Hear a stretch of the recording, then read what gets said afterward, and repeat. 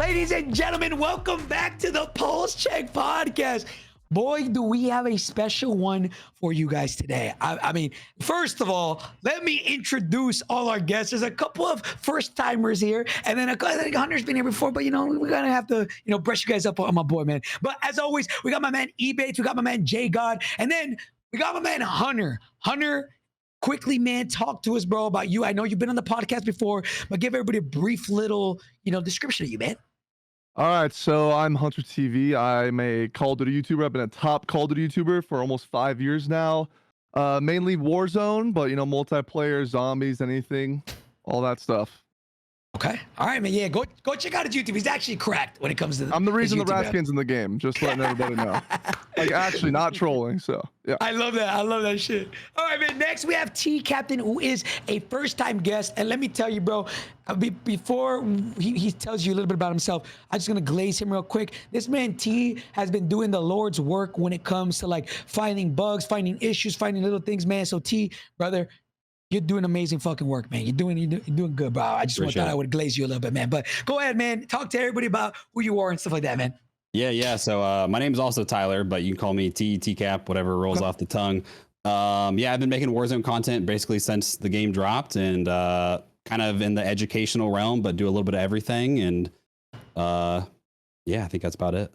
Okay. All right, man, bro. And finally, we do have a very special guest today, which I've been wanting to have this guest for what, maybe like a long time, man, And so, we're finally able to make it happen, man. This is my GOAT, Tyler. He is an ex-Treyarch dev, and I won't, sit here and tell you about him. I'll let him do it himself. But Tyler, man, welcome to the Pullze Check podcast. Finally, we made it happen. Go ahead and tell everybody a little about yourself, man.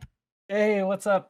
Yeah, I'm super excited. A little bit nervous. Everyone be super nice, please. But so like Hector said, I worked at Treyarch for about 2 years. Stuff that I did that you guys would probably be familiar with is obviously ranked play. So one of the main devs behind Warzone Ranked play, MP Ranked play.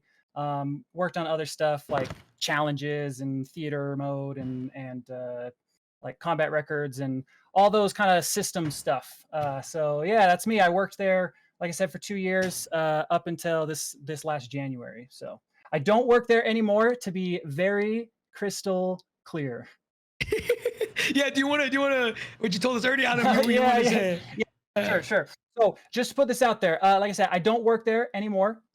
I am in no way affiliated with Activision. Nothing that I say today is any official Activision Treyarch stance or viewpoint or anything. This is all just my opinions about the game and where we're at and everything like that. I might be able to have some cool insights on just the way that like game design and stuff like that works. But I won't be leaking anything. I won't be saying anything that isn't already out there, revealed to the public. So sorry if that disappoints some of you, but all right, man. Yo, so that is the panel for today, man, and we got a lot of things to discuss today. I think that the big ones are quite frankly the state of the game and how everything is where it's at right now. I think all of us here have different opinions on what we all think of the game, which is good. I like that we all think differently. And then, Tyler, I want you to, obviously, whatever you can talk about, right? Anything that we have or that we talk about, and we're like, yo, I don't know what they're thinking over there, right? Obviously, if you can talk about it and you can give a little bit of insight, that'd be awesome, because a lot of us probably don't even know how things are behind the scenes and like how things actually work, right? Obviously, without you ever even remotely getting in trouble, I don't want anything, you to say anything that you shouldn't. But I do think we want a little bit of different perspective from somebody who's been in the trenches over there with them, So first and foremost, fellas, let's just start very open-ended question. What do you guys think the state of the game is right now? And I guess, are you guys having fun, man? I guess, Mr. T Captain, I'll let you go first, man. It's rough. It's definitely not as good as it could be. I mean, I am having fun at the end of the day, but I will say from someone that is a content creator that it's demoralizing seeing the state of the audience and how they view it, seeing overall viewership be down so significantly. I mean, this is, I think, much worse than when we entered Warzone 2 from a viewership perspective, but I am having way more fun than when Warzone 2 dropped personally. So it's kind of a mix of things. It's definitely not the most fun I've ever had, but it's not the worst at the same time. Okay. All right. Mr. JGOD, man, talk to us, bro. I'll say similar, or kind of what he was saying. One thing is, I will say it is fun until you end up running into bugs or other issues that are problems. And the problem right now is there's so many of the bugs and so many of the issues that like you're just getting railroaded the entire time you play. And it's like, I'm gonna get off immediately because otherwise I'm just gonna be pissed off at the game that should be fun. But it's like these things are stopping you from having the fun on a regular basis, whether it's your guns aren't picking up properly, you know, it's not loading in properly. There's other issues. I don't know. I made a list of like 40 different things. Yeah. So there's issues. So it is what it is. Okay. All right, Mr. EBatez, talk to me, man. Yes, sir. I would say the game right now, sorry, I thought I was muted. The game right now for me, it's enjoyable, but there's something missing, and I think a lot of that's probably due to the fact that we didn't get big map. We didn't get a new big map, and like the big map that they're using right now is honestly just, it's bad. It's not a good map. It's not a great map, especially because they went back a few months. So I think me personally, like I enjoy Area 99. I do think that kind of what JGOD was touching on a little bit. There's some bugs and stuff like you can't even pop UAVs right now, or sometimes it gets stuck if you try to pop an advanced UAV. There's just like little things that are kind of frustrating. Obviously I'm sure we'll go into it a little bit later. Bullet reg feels all over the place. So the game right now for me, it's enjoyable, but I don't know, watching it, like I don't, whenever I'm not playing, I'm not watching it. Like I'm not watching content or anything like that. The game just kind of feels stale. So I feel like there's a lot of potential, but it just depends on if they're going to actually act on that and make the game what it could be. Okay. All right. Mr. Hunter, man, I know you're going to cook. So you want to go last or you want to go now? I want to make a disclaimer. I'll go last. Okay. Tyler, man. Tyler, talk to me, man. What you think about the game? And not specifically Black Ops 6, right? But just in general, Warzone state right now.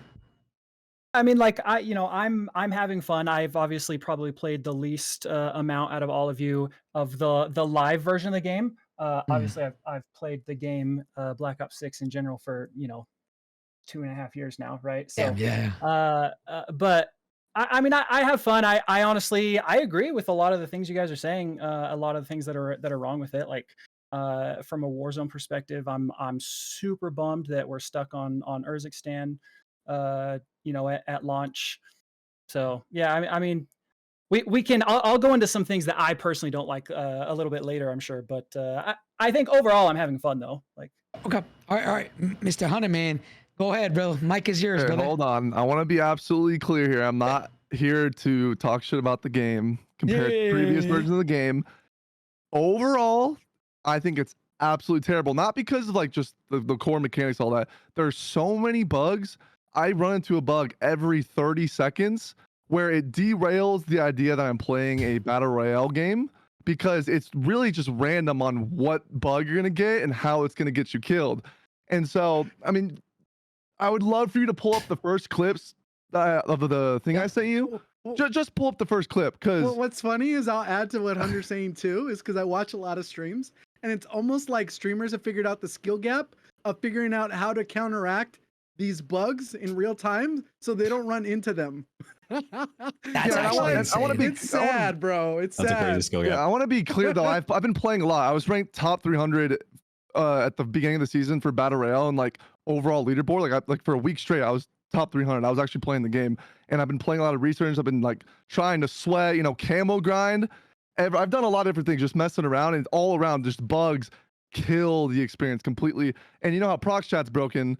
I hear people in game chat every single game screaming about some bug they're encountering. The entire game, you just hear people, oh, I got this bug.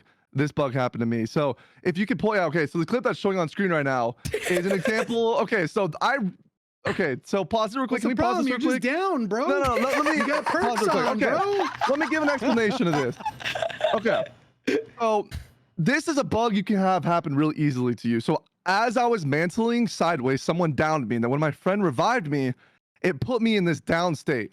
And let me show you how this ruined the experience for other players. This is an example of the experience being ruined for other people. So hit play up real quick on this. So I was testing, I was like, do other people see this? So I walked up to this window, to this guy camping, and he doesn't see this. Okay, watch. Look. Oh, you were cooking. Just watch. Look. Wait. Just wait. Watch the end of the game now. Watch the end of the game. I just wanted to make sure this is an example. This happens consistently. Look. These guys have no clue. They're like, what is shooting me? Okay, so that's just an example. Just pause now. This is an example of something that happens daily, where it's like, are we playing a battle royale anymore, or are we playing just? I just got home from work. Let me rot my brain cells for a few hours and then go to bed. You know, it's just there's so many bugs right now where I feel like this integration's unfair compared to what we had. You know, how long ago? 3 weeks ago? 2 weeks ago? 2.5 weeks ago? Yeah. I just feel like we're not really where we should be, and it's kind of just killing the overall experience for a lot of people. There's Yeah. way more. There's a lot more clips in here that are surprising, but that's just the most surprising one. That's That's actually just insane. So for Yeah. those that didn't understand that, he on other people's screens he's down technically, so Yeah. that's why they can't see him. So on their screen they're literally like, Yeah, it's like he's prone behind cover. Yeah, but I'm seeing everybody. The It's like the ultimate head super glitch. snake glitch, you know? Yeah, He's and like- all I did was go down sideways while mantling. I was literally, and it's funny too because there's no audio in the clip. But my friend's like, I can't even revive you. You have to self res. So there are 2 bugs. My friend can't even Oh. revive me, so I have to self res, and then bam, I'm like laying on the floor running around. So it's like there's an example of how my experience was affected by not being able to get revived, and everybody else in the game that unfortunately came across me was affected by it. You know, so it's like so many, you know, multiple people right there just got hit with negative feelings about the game based off a bug. So it's like, Right. I have a The quick question. bugs are the- Could you force yourself into that? Like if you put a prox mine on the ground or like shot it or like held a frag grenade? probably because if you're if you're Ebate's thinking mantling, of his TikTok later. so if you're mantling sideways as you go down, it could potentially happen. That's what caused it. So, Got it. Interesting. again, not dissing the game. There's other clips in there where I grabbed a grenade and all of a sudden I'm 10 feet tall and I'm walking around buildings and then I couldn't get the gun. I don't know if you guys have the bug where you can't pick up guns, you can't hold guns, you're just kind of like existing. That happens so many times. This is the reason it's so frustrating to play. I love playing besides that. So speaking on this, I think this is probably like a universal issue, right? JGOD touched on it in I think he commented on a clip or something like that. Like the game, what it registers, it seems like it's delayed than what's actually being shown, if that makes sense. So for example, one example is when you're swapping weapons. Now, before, like as soon as you hit triangle, even in the process of switching the weapons, and let's say you pick something up, you will switch out the gun. Let's say Modern Warfare 3, you'll switch out the gun that you switch to, if that makes sense, right? Yeah. Now you have to wait till the animation is literally on the gun, like you stop bringing out your gun and then pick up something else. If not, it'll replay. It calls for weird inventory management. And then JGOD recently commented on a Twitter post about somebody like aiming down sight to a knock, but for some reason the game wasn't registering that the guy was aimed down sight, right? JGOD, if that correct me if I'm wrong. Yeah, he wasn't fully aimed down sight, so it looks like it was a hip fire kill. Yeah. I think that's a new change where you have to be fully zoomed in for your hipfire spread to completely go away. So whereas previously, if you were like half zoomed in, your hipfire spread would tighten. So like you could 3/4 scope someone with like a sniper scope and you could normally hit them. Whereas now, until you are fully scoped in, it's still taking into account that full hipfire spread. And I think that is a new thing that people aren't talking about. But primarily, if like the game came out perfectly like polished, we'd be talking about it. Probably being a problem. But because there's so many other issues, we can't even talk about like the actual problems with the It's game. a lower you know? tier bug. Yeah. Well, yeah, and I want to touch on more bugs. Sorry. So, He's got sorry, more. no, there's No, it's more good. like- This is good. It makes the experience bad. So if pull the clips back up and you go to 3 minutes and 49 seconds, go to 3 minutes 49 seconds on here if you could, just to give you like, you know, multiple people are affected by this part right here, and it's happened to me multiple times. There's 2 different clips where it's happened. Okay, hit play real quick. Okay, so it's not the airstrike part. I'm sure they fixed this. I just wasn't sure, so I kept it in there. Okay, so this part right here, pause it right here. I came back, jailbreak happens. Awesome, like everyone's excited. We get to get back in the game. We worked hard. You know, look at my kills, 13 kills. So there's a jailbreak bug. I'm stuck in this spectate play gun thing when we all come back, and I hit the ground. And then if you continue playing here, none of my friends can move. None of my friends can move. My friend can move right here. He revives me, and then it freezes him into place, and I can only look in one direction. So I'm running around like hoping I can run to a buy station in one direction and get everybody up. Oh, that's the new Omni movement. Yeah, and then okay, hit pause again. Right here. I revive my friend. I'm like, let's run to the building. All of a sudden, I'm frozen in place. I can't move the entire game. Game's over for me. So it's like things like that. I'm like, dude, I've been in this game for 20 minutes, and this is how I go out. I revive my friend and it freezes. So it's the whole idea again of just everything's breaking, and every moment you're coming across something that's like, dude, please, like I need something going for this right now.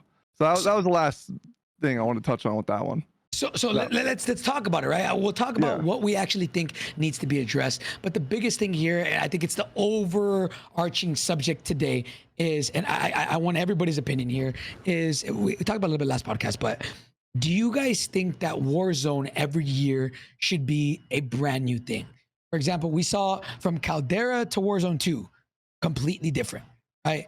Warzone 2 to Modern Warfare 3, you can make the argument that kind of like it's completely different, but also the same, right? And then now this year, things are completely different, but also the same kind of, right? But every year it seems to be that they're starting from scratch, starting from zero, right? Oh, go ahead.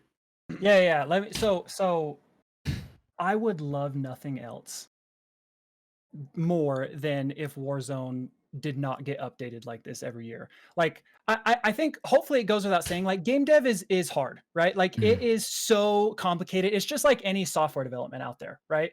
Like it is incredibly difficult, and most games take years to develop, right? You look at games like think just like single player games, like your Elden Rings and your God of Wars and like these big AAA games, like those are in development for years before they come out, right? And even those games come out with some like, some bugs and stuff like that too.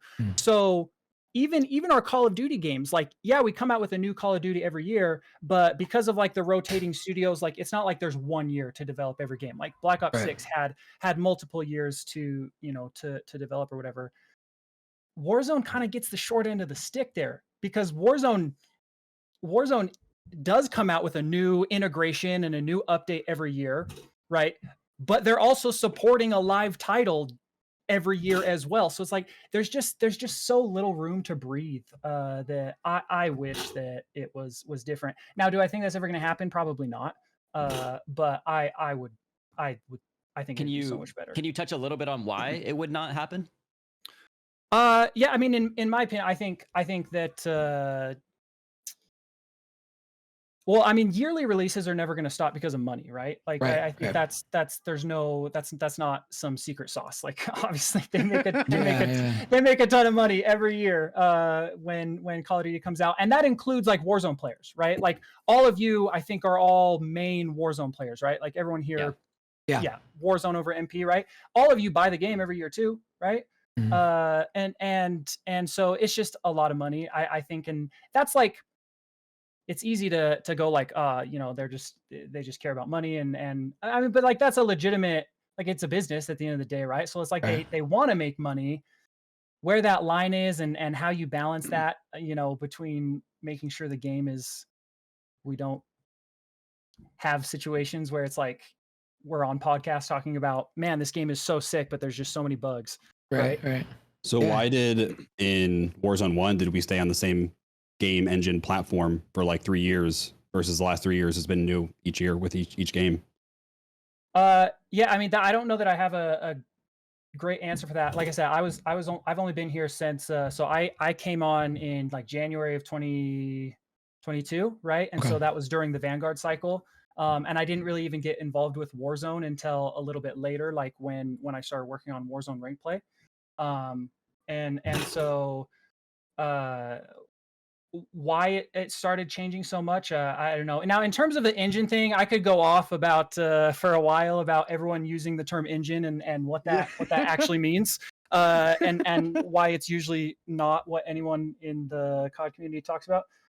It's honestly, it's kind of besides the point anyways, but even back in the day, like there was still big integrations, right? And they still, but I think the point is they didn't, like the core mechanics, they pretty much like brought in the weapons, right? But the core mechanics of the game stayed the same. Right. But during that time, correct me if I'm wrong, you had plenty of players saying like, oh, I don't like how the games are different. Like, I play MP and it feels like a totally different game. And then I go play Warzone and it feels like a totally different game. Like there were complaints about that too. So it's like, we can look back with kind of a little bit like rose tinted glasses, right? But like there were complaints then too. They were just different. Right. So I actually, because if you want to talk about it, right, the whole engine thing, because I'm under the understanding that technically the engine doesn't quote unquote matter as much as people think it does, correct? Like it's like you can do anything you want on certain engines, right? Because everybody always talks about how Modern Warfare 2019 engine is the best ever, but like they're just the reason that it made it good was just the design choices that that team had I don't at think that it given was- time, right? I think it's really as simple as that. Like the engine and this whole like IW versus Sledge versus Treyarch engine. Like first of all, it's that's not really even as much of a thing as it has been like in past years, like 5, 6, 7, 8 years ago, whatever. Mm. The game is pre- I'm oversimplifying things here, but like it's essentially just it's all the same, right? Like all the complaints that people talk about with the engine, like a lot of that comes down to more design things. Like it's not really a tech issue. Right. Okay, that's what I was like under the impression of. That you can pretty much do anything you want with the engine. It's all the same engine, but just Treyarch games, IW games, they all feel different because those are design choices by each individual studio. That's at least in my- I mean, think about like a game engine is gosh, what's a good example? You can honestly think about it almost like a Photoshop. Like Photoshop is a software that a bunch of people use to like edit photos, and like you can go in with this same Photoshop software and you can come out with vastly different things that are just look like Okay. nothing the same, right? A game engine is kind of in that similar vein where like it's a software that you use to create a game, right? Like but it essentially like it's just a tool that you use to make the thing you want. Now obviously there are like there are advantages and disadvantages to different engines, but like we're talking about like the engine that Call of Duty uses versus like Unreal Engine, which is what like Epic Fortnite. uses, like Yeah, Fortnite, yeah. right? Like those are different engines, but even those things, like there's advantages and disadvantages that would not really be super interesting to talk about. But and I'm not a super like that's not my area of expertise either, right? Like and so I couldn't even talk about the differences that much if I wanted to. But the bottom line is like the whole engine thing is just not Yeah, really it's a more thing. design Like, choice. it's just not really a thing. Yeah. So is this Okay. year a new engine compared to last year? No. No, it's the same engine. I have So- a question about that though. Oh, sorry, never mind. No, I was just gonna say, like, what's the reason for the amount of introduction of so many new bugs? Is it because they have to start over from scratch and rebuild the game if it's the same engine, or is it just because when you're implementing all these new things, it's like you're recoding things? Or Yeah, I mean, you just think about it. Like MW3 last year, right, was making changes throughout the year, right? But Black Ops 6 has started. Like Black Ops 6 has been in development for years, right? And so Yeah. even if they're on the same engine, it's not just like everything that happens in MW2 is automatically copied over to what is being worked on in Black Ops 6. Now it's a lot easier because like there's sort of this shared engine type of thing. It's a lot easier to eventually get changes over and stuff like that. But like software development is just so complicated that it's not like just right click copy, right click paste, right? That these things happen. So yes, it's on the same engine, right? But it's not just like everything that was happening last year is Right. already in Black Ops 6. Like Black Ops 6 was already being developed on its own, right? So I guess the question is like, is it even possible for them to completely separate it? Because like you guys said, this is for everybody, right? It's like when Modern Warfare 2019 came out, a lot of people consider that the gold standard. Like that's the popular opinion. Some people disagree with that. That's fine, right? But when they went the 1 year, like T said, was they went from Modern Warfare 2019 to Cold War. They kept quote unquote the same movement mechanics. Let's not even say engine. They kept the same mechanics, and all they did was they integrate the guns. In my opinion, and there's a question for everybody. That's the way I think Warzone should always be. It has one base movement system, and then so that way they don't have to start from scratch every single year. Go ahead. I want to talk to you guys. One thing I always felt like is that when we had Warzone 1 and it went through the 3 years, it felt like obviously it was a surprise, COVID, like it wasn't expected to have that run. And I think from the outside looking in and from when we went to Next and we got to, experience the game early for Warzone 2, it felt like they were kind of all in on this Warzone 2 idea of all these changes that were going to happen. And what happens is after that, when it kind of from outside looking in, it felt like it flopped. that the decisions were already made to like, okay, let's work on the next, how we're going to change this because this isn't working. And by the time we got to MW3, it was cooking. In the beginning, it wasn't like perfect, but by the time the end, they've already been working on the next thing they were cooking because the decisions were made previously for them to work on it. It's not like, oh, you know what? They're liking MW3 now. Let's just scrap the thing we've been working on for the past year for Warzone. At least that's the way it feels. Like these decisions are already made and they're kind of like committed to them. And if it worked out, then it'd be like, cool, we don't need to change anything this year. But like based off how bad this start has been, they might already be like, all right, we need to be working on next year's solution to today's problem. But I don't know how truthful that is. That's just like from the outside looking in, that's how it feels. And that's why we had the changes these past 3 years versus those first 3 years where we didn't have as much, but then like everything is like a course correction to kind of solve for what happened in Warzone 2. But I don't know. Yeah. No, I mean, I guess then what I'm curious in is every year, right? Obviously something happens to where everything changes, right? And Tyler, I don't know if you can answer this or not, but my thing is, okay, so then every year for Warzone, does that mean, for example, IW was in charge of 2022 Modern Warfare 2, right? They were the ones in charge, right? And then next year, Sledgehammer's in charge of that Warzone. And next year, now this year, Black Ops 6 or Treyarch is in charge, right? Obviously, we know Raven is like helping them throughout the whole process, so because they're stuck on Warzone, right? But like, I just from somebody that doesn't know these kind of things, how does it work when a new studio comes into play? Because obviously there's so many changes that we had last year, default perks, where we thought 3 weeks ago the game was in a pretty good spot. And now fast forward to 3 weeks from now, right? Or 3 weeks now, it's like the game, there's so much stuff that we had quality of life that was just it's gone, right? So like, is that just like, hey, this is their Warzone now. This is Treyarch's Warzone. Like, you know? No. I mean, at the end of the day, like Raven is in charge of Warzone, right? Like it is Raven's game. But I mean, yeah, like every year there's these fun, new, cool things like Omni movement this year, right? Like nobody questioned ever that it's like, oh, we want Omni movement in Warzone, right? So it's not like, oh, like this year's Treyarch's and you know, next year so and so and next year so and so or whatever. Like Raven is in charge, but I mean, most of the time they're not going to look at the cool new things that are coming to the mainline Call of Duty game or the MP, you know, version of Call of Duty and go like, yeah, we don't need that stuff. But that being said, like that's also really tough because then they have less time than anyone else to integrate these things. And like I said, software development in general is just so complicated. So it's like, it's not just like, you know, just copy things over and they work perfectly. Right? Like there's probably more bugs in Warzone than there are in MP, right? Like that's pretty, oh, for sure. That's a pretty safe, that's a pretty safe thing to say, right?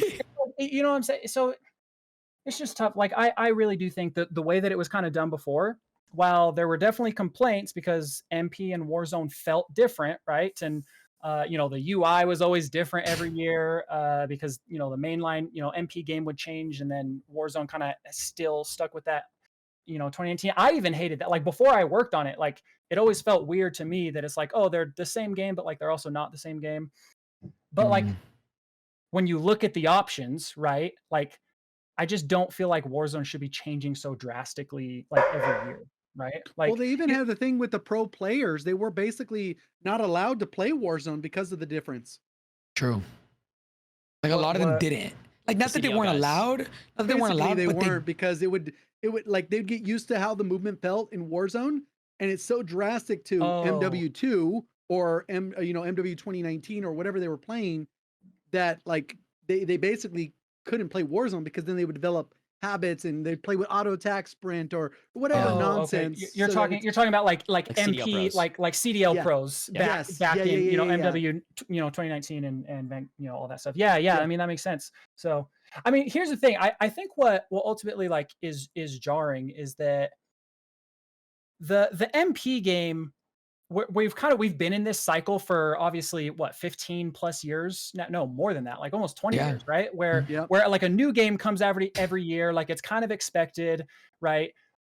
Battle royales just are so much different that it's not like, look at Fortnite, right? Like Fortnite has made a ton of changes over its life cycle, but like you're not getting like a wholesale new Fortnite every single year, right? right. And so like there's changes that like people like changes and people don't like changes, and it's not like the game doesn't change or doesn't evolve, but like it's just so jarring every year, and both from a player perspective and from like a developer perspective, like that's just tough. That's just tough to do. From a dev sense, then, do you think it would be like, if it was your choice, would you guys prefer to just keep building off the same thing year after year instead of this like starting from scratch every year? Warzone, right? You're talking about Warzone in particular? For the Warzone side. For the Sure. Warzone side, absolutely. Yeah. No, I would, if it were up to me, I would absolutely do that. I would separate the games, and they would be completely their own things. I think there could still be some crossover type stuff, like introducing new weapons or cycling Right. weapons, because Call of Duty is different from other battle royales in the fact that it's like the gunsmith and like that's such a core Call of Duty thing, right? That's kind of the biggest thing every year is Right. like all the new content, all the new weapons and attachments and the way gunsmith works and everything like that, right? So like you obviously don't want to take any of that stuff away. So like there's cool things about integrating every year, but I think, yeah, like on a base level, I would love if Warzone was able to just do its own thing. And I also think that like that would be cool for Raven too, like Yeah. where they could just kind of have full control. Now again, it's never as easy as that because they are the same game, and so like you will never get away from people. It's like if MP gets something really really cool, but then Warzone is its own game now, and Warzone doesn't get that thing. Well, it's like now we have that conversation, right? Yeah, It's like, well, wait, why don't we have that? Yeah, Like, let's could you flip it. imagine? Imagine too. if we didn't get Omni movement this year. Like, Oh yeah. like imagine we were still on Modern Warfare 2019, right? And every year all we did was just integrate new weapons and cycle weapons out would be really cool. But imagine that we just like integrated new stuff every year, but like we were still playing the same game, like same movement and all that stuff. And then Black Ops 6 came out with Omni movement, and we're just sitting here going like, well, it looks like they're having fun. Like that wouldn't go over well either, you know? Yeah, like Oh, That's go a fair ahead. point. I had a question about something. So when it comes to the integrations and stuff, I don't know if you can answer this or if you know, but how come the maps are a little bit different when it's the same map? So I'll give you an example. I have it in the video if you want to play. It's at 5 minutes 50 seconds. So in Urzikstan, there's just one building layout across multiple landscapes of Urzikstan. It's this building that has a little hole. You can crouch through the hole, or you can slide through the hole.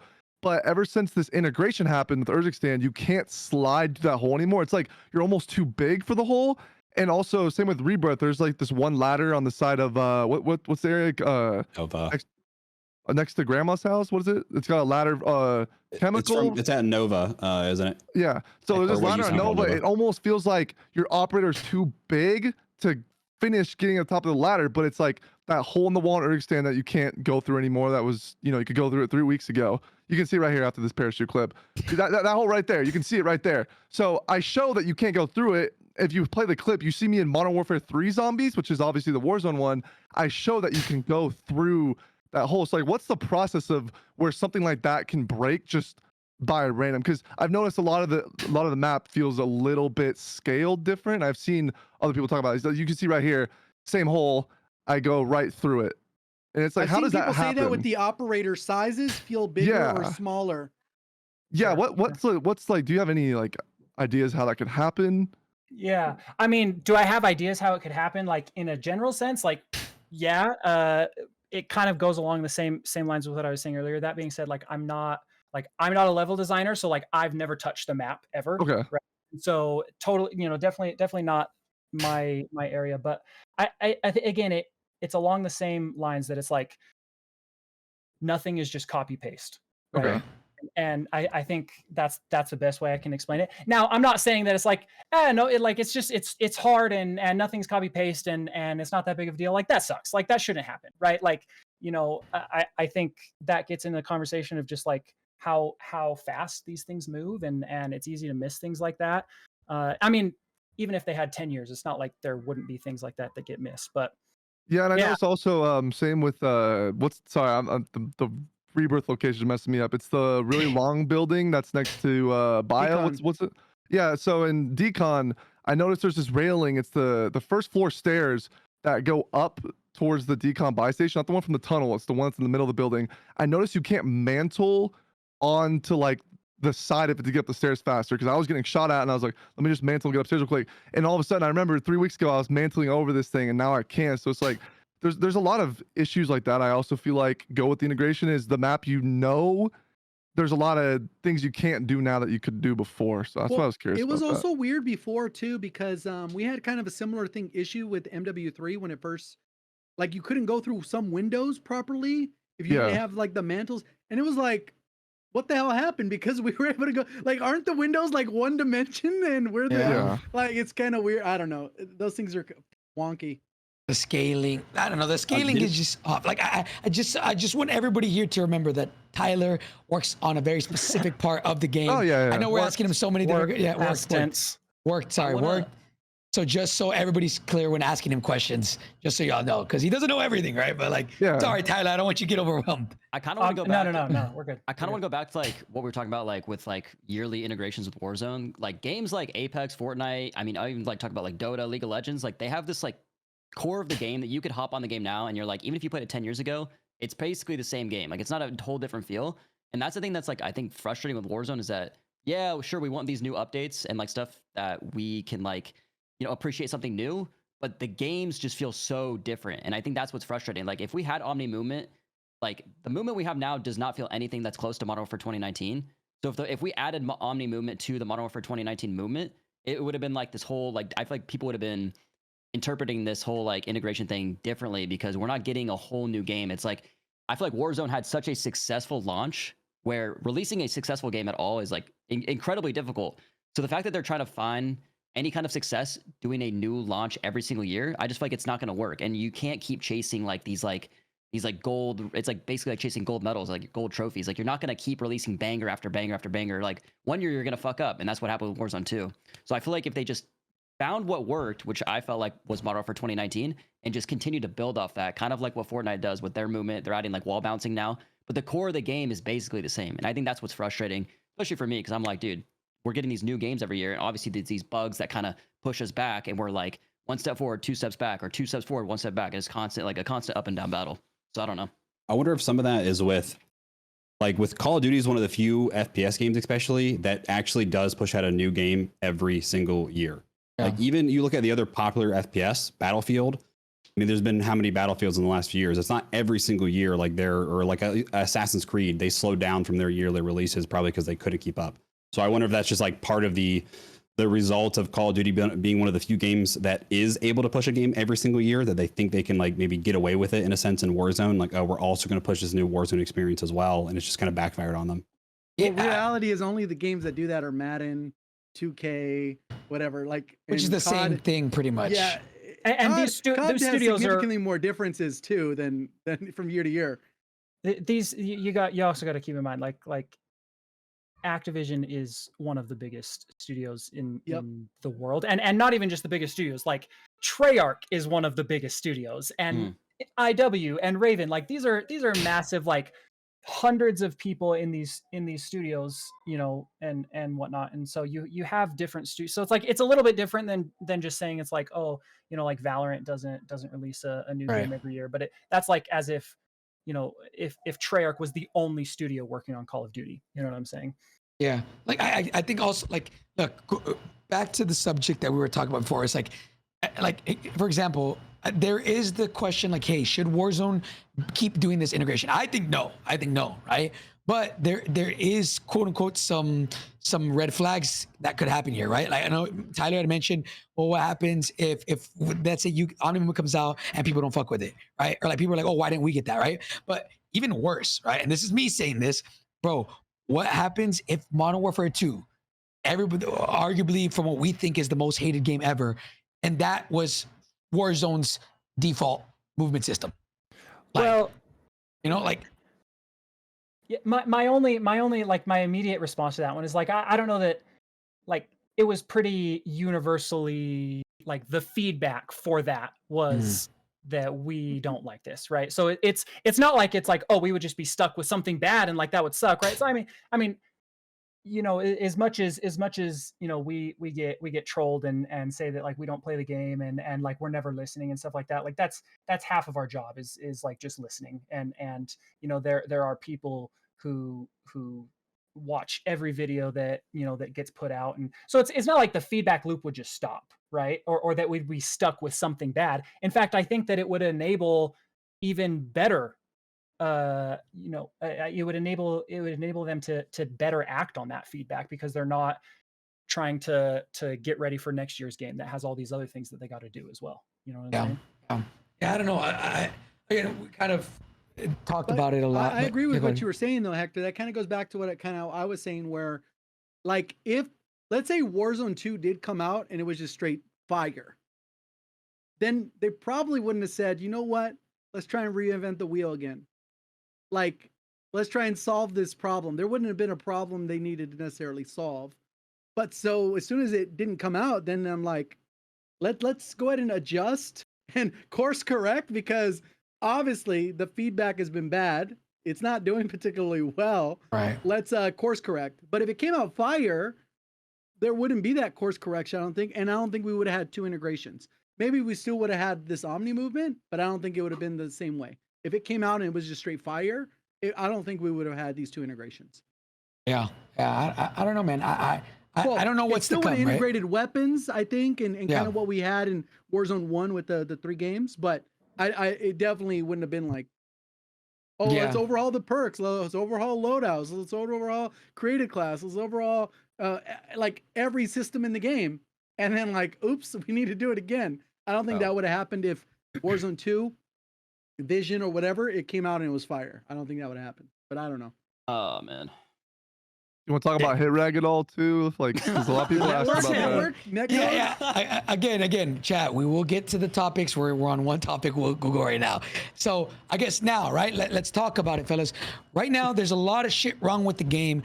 What is, in your guys' opinion, is considered the quote unquote biggest one? Like, what is y'all's like? Hey, yo, this needs to be fixed ASAP. What to you guys?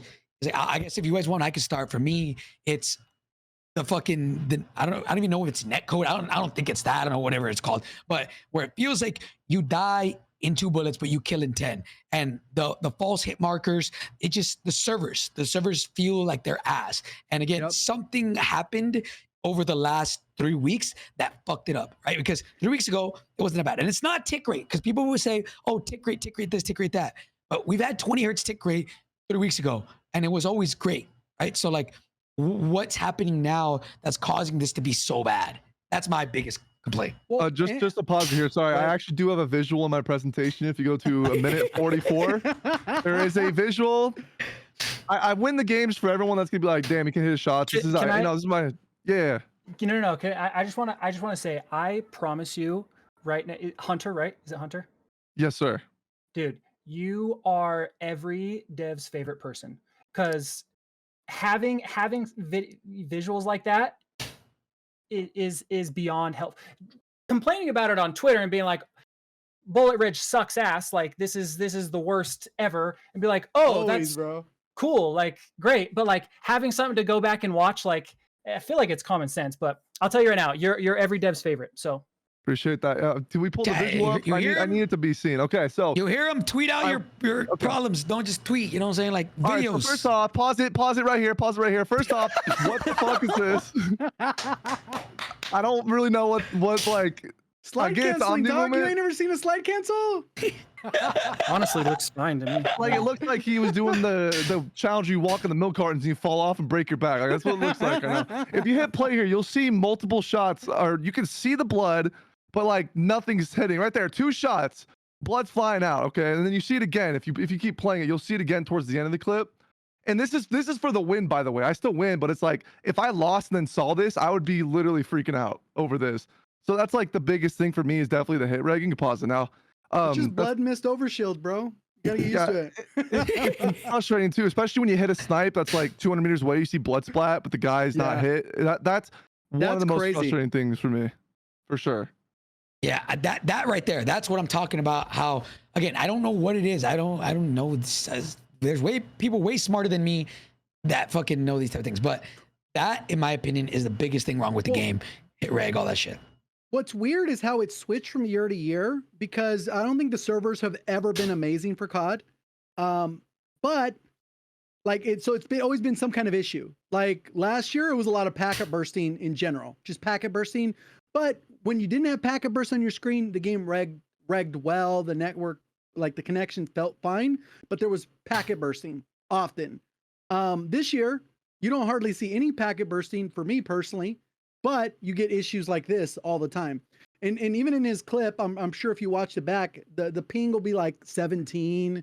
No pop-ups on screen saying you're having any network issues, and nothing. Like the game isn't telling you anything other than you're not getting registration for what you're doing, right? So I don't know how it could be so drastically different from year to year. And even in the most recent update, when we got Warzone integrated in, prior to that, obviously we were doing our zombies grind, no issues with connectivity and zombies. After the update, all of a sudden I had zombies related connection issues where you'll freeze in place, you'll get downed randomly. You're like, okay, cool. Hopefully I'm still alive when it stops skipping. Yeah. And so I don't know how it infected other parts of the games. I don't know. It doesn't make sense to me. But Yeah, when you play the game a lot too, you can notice when inconsistencies start. So like, I played a lot of Modern Warfare 3 Warzone, and then going into this new game, I can right on the spot, mid gunfight, I can tell, wait, I just hit this guy, I see blood, but nothing's going on. And another bug too, I think is really frustrating is when this has been a bug, I think since even Modern Warfare 2, when the game shows you have a certain amount of cash, and then you head to a buy station, and then you end up having no cash. So I think that's a huge thing too, is because you're making plays in the final circles based off of, okay, I have 15,000. Let me go buy my teammates back. Let me go get plates, gas masks. And then you're in the gas, you hit the buy station, you're like, oh, I have $270 and the game's done. We're cooked. And I think that's a huge, huge frustration for sure. And another one too with this integration specifically is when you're trying to do simple things as reload, or you're trying to pick something up that's directly in the middle of your screen, and then you accidentally drop your gun. And then you're like running around mid gunfight trying to pick up your gun again. I think that's really frustrating as well, for sure. With the integration is everything not being lined up when you're trying to pick things up, for sure. That's been a huge one for me. This might be complete wrong and just me guessing. When I'm on slightly higher ping servers, like if I play with people on the West Coast and I'm East, so I'm on 70 ping or something like that, I just feel like the game feels smoother to me and my hit rate feels more consistent. So my theory there is that, is it possible that they've actually increased lag compensation to try to provide a more fair fight for people on various pings? I know they say ping is king, but and then another, this is completely theory, I have no idea if this is even how this works, but is it the fact that we are still making this game to allow for old gen consoles, PS4 or Xbox One, to compete online with new gen plus high-end PCs that have dramatically less latency? That might be completely wrong, but just it seems like trying to balance everything out, server-sided versus client-sided, is things just aren't equaling out. Yeah. Man, I'm not gonna lie. I have been holding back so hard because I want to make a joke about skill-based damage. But I think that probably would get taken out of context, and I would get in trouble. So. Yeah, be careful. No, but I will just say just so you guys can keep talking on this one. This is so far I honestly this is not anything that I would have any clue or insight on in terms of the technical side and why this. Clearly it's happening right now. I know JGOD says this all the time as well. Kill cams aren't, you can't rely on kill cams exactly, because they're it's just trying to recreate the the moment, right? And so it's not, again, that's a technical thing as well. You can't rely on kill cams to show exactly, but there's obviously still there's a level of accuracy there as well. So yeah, this is just me saying I don't fucking know, dude. This is I don't know what's going on there. Yeah, I mean, go ahead. Someone was gonna say something. Cap, you want to go first? No, you go. I've cut you off. Okay. Another thing too, I think we kind of rotated back all the way back to even Warzone 1 is getting rid of ammo caches around the map on Rebirth. Oh yeah, it's super frustrating. Is that a bug? I don't know if that was intended or not. I can't imagine. I don't see the reasoning for them to take it out. And then on top of that, the munitions thing where it only gives you 1 ammo instead of full. Well, yeah, munitions give you 60 bullets. It's What? On top What? of that, Area 99 has some of the weirdest place ammunition spots. Yeah. I don't Wait, have- okay. Does ammo boxes, like the regular ammo, do they still give you just 60? All right, Like, so not if the you pull my munitions. presentation here. Wait, sorry, not talking about munitions. Sorry. Well, I think so. I think it gives you 60 at the big one. Yeah, it gives you 60 at the big ones too around the map. So wait, no matter what, it's just one mag. Yes, and the thing is too is I'm using an XM4 with 100 rounds. I can't even fill up the magazine if I'm out. I'm at Yeah. 60 out of 100 in my mag. And I think that was a weird thing because they, I believe when you do hit it, it gives you ammo for all ammo types. Yes, it does. Yeah. It's one of But it's it's not one clip giving of you each. max ammo. Yeah, so it's like an intentional change, but almost like compounded by an oversight, like to not realize. I don't know. Yeah. It And that feels was in like- patch notes. Like that was intended. They Yes. said they wanted it that way, which I don't understand. because the That is part that does insane. make sense that it fills up one mag of every ammo type, so that if you randomly pick up a shotgun or you randomly pick up a sniper or you decide to get a load, you'll have sniper ammo because you hit the box or whatever. It'll reserve it, but then it creates the problem with like the guns you're actually using. You don't get any ammo. It's kind of Right. wild. Plus Yeah, the it's fact like- you can't stow extra ammo unless you have the munitions vest. It's even more compounding. Yeah, it's frustrating because you're just like sitting in final circle with 0 bullets because if like you're actually shooting people and engaging in things, you got to sit there and throw 5 munition boxes, like get everything loaded up. You could get caught off guard out of nowhere just because you have no ammo. I think that should be changed. Well- I don't even know what the thought Well, was. even the with that. point you just mentioned, it's like one of those things that has like domino effects. Like if there's a lot of money on the floor, then people could buy back, whatever. But the example you gave is like it's going to cause people to not like engage in end zones because they know that like they need enough ammo for the last engagement. Yep, and, exactly. And the streams I have watched when people are going for the kills, it ends up being like they're fighting people, and then it's like the last team completely silent. You don't see them at all, and then all Yeah. of a sudden they pop out. And it's like, oh, okay, let's fight now. Now that we know it's a one-on-one in terms of the team, so I think that also contributes to some of that.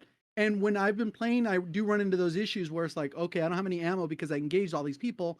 Now I have to take a bad gunfight with the wrong weapon, like close range for long range or vice versa, because I utilized the ammo and they couldn't loot or whatever. And you end up with a lot more issues where it's kind of that domino where it's unintended. But Yeah, another thing that's frustrating is the pickup perks. You pick them up, but you can't see in your inventory like what you picked up. So if I haven't died in 10, 15 minutes, I'm not can. gonna remember a single perk that I picked you up. can. Yeah. How do you check Where? it? How? So when you open up your former backpack, below the ammo, there's the It tells icons you. for the perks. Icons for them. Oh, okay. All the Yeah, icons, Okay. and they won't double up. So for example, let's say you had a perk that is lootable and you have it, and then you grab your loadout, it'll actually drop the lootable perk. I have Okay, noticed that that. makes a lot more sense. And Wait, the other where thing did you too say is- it's at? It's Yeah, in where the is bottom. it? Back. Hit your inventory. So you Hit have the to open your inventory. backpack and you check it at the bottom. Okay. Yeah, they're Okay. little squares. Little squares. Is it where your perks normally are? Or like when you open the inventory? It's almost like where your perks would be in zombies by default. Oh. Mm. Okay, Yeah, and so another there's thing- like a gap. Like if Weird. you're on the monitor, Okay. it's probably like 1.5 to 2 inches below your bar. But to How be fair, small is if it? JGOD knows that, you already know the casual player does not know that. Yeah. I personally it's know the that. I'm same always thing looking with for it. it too. The Like, we don't know munitions that. one and the plate one, it does have icons too when you open that inventory as well. Okay, I personally don't ever see it. I look, I'll I'm like, get a where is screenshot this? for you. Okay, that'd be perfect. And the thing is too is what does specialist bonus give you? Because I don't know if specialist bonus is inconsistent or if it doesn't give you lootable perks. Like what is specialist bonus? I'm just curious Gives you about all. that. It I'm gives pretty you sure all it gives you perks. lootable Okay, as well. so that brings the question too. Why do some of them not work then? Because That's just I'll go perks in down- general.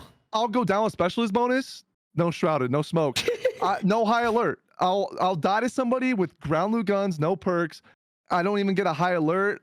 Shrouded doesn't work. Sometimes when Shrouded does work, the smoke grenade falls under the map, so it's like I have a little like fog effect below me. It's just I don't know what specialist does. I feel like there should be a little bit more clear with the specialist bonus because when I pick it up, I don't even feel like I have specialist bonus. I'm really confused whenever. Yeah, quick I've fix is got it. not working. I think Survivor and like quick fix are basically the same thing. I don't really know. Like, No, quick Survivor fix. is different. Yeah, for sure. Yeah, Survivor just is every 3 seconds you automatically heal, like no matter what. okay, so it's not And even they- a knocker plate, but it's Like basically No. quick fix is bugged. Like the only time I think quick fix works is when you're getting a down. But it's like if you're in the gas, it doesn't trigger it because It's I've just had all bugged. multiple. Yeah. multiple gas plays where I'm like, if I get this finish, I'm good. I'll stay alive, and then nothing happens and I die. Yeah. Go ahead, Bobby.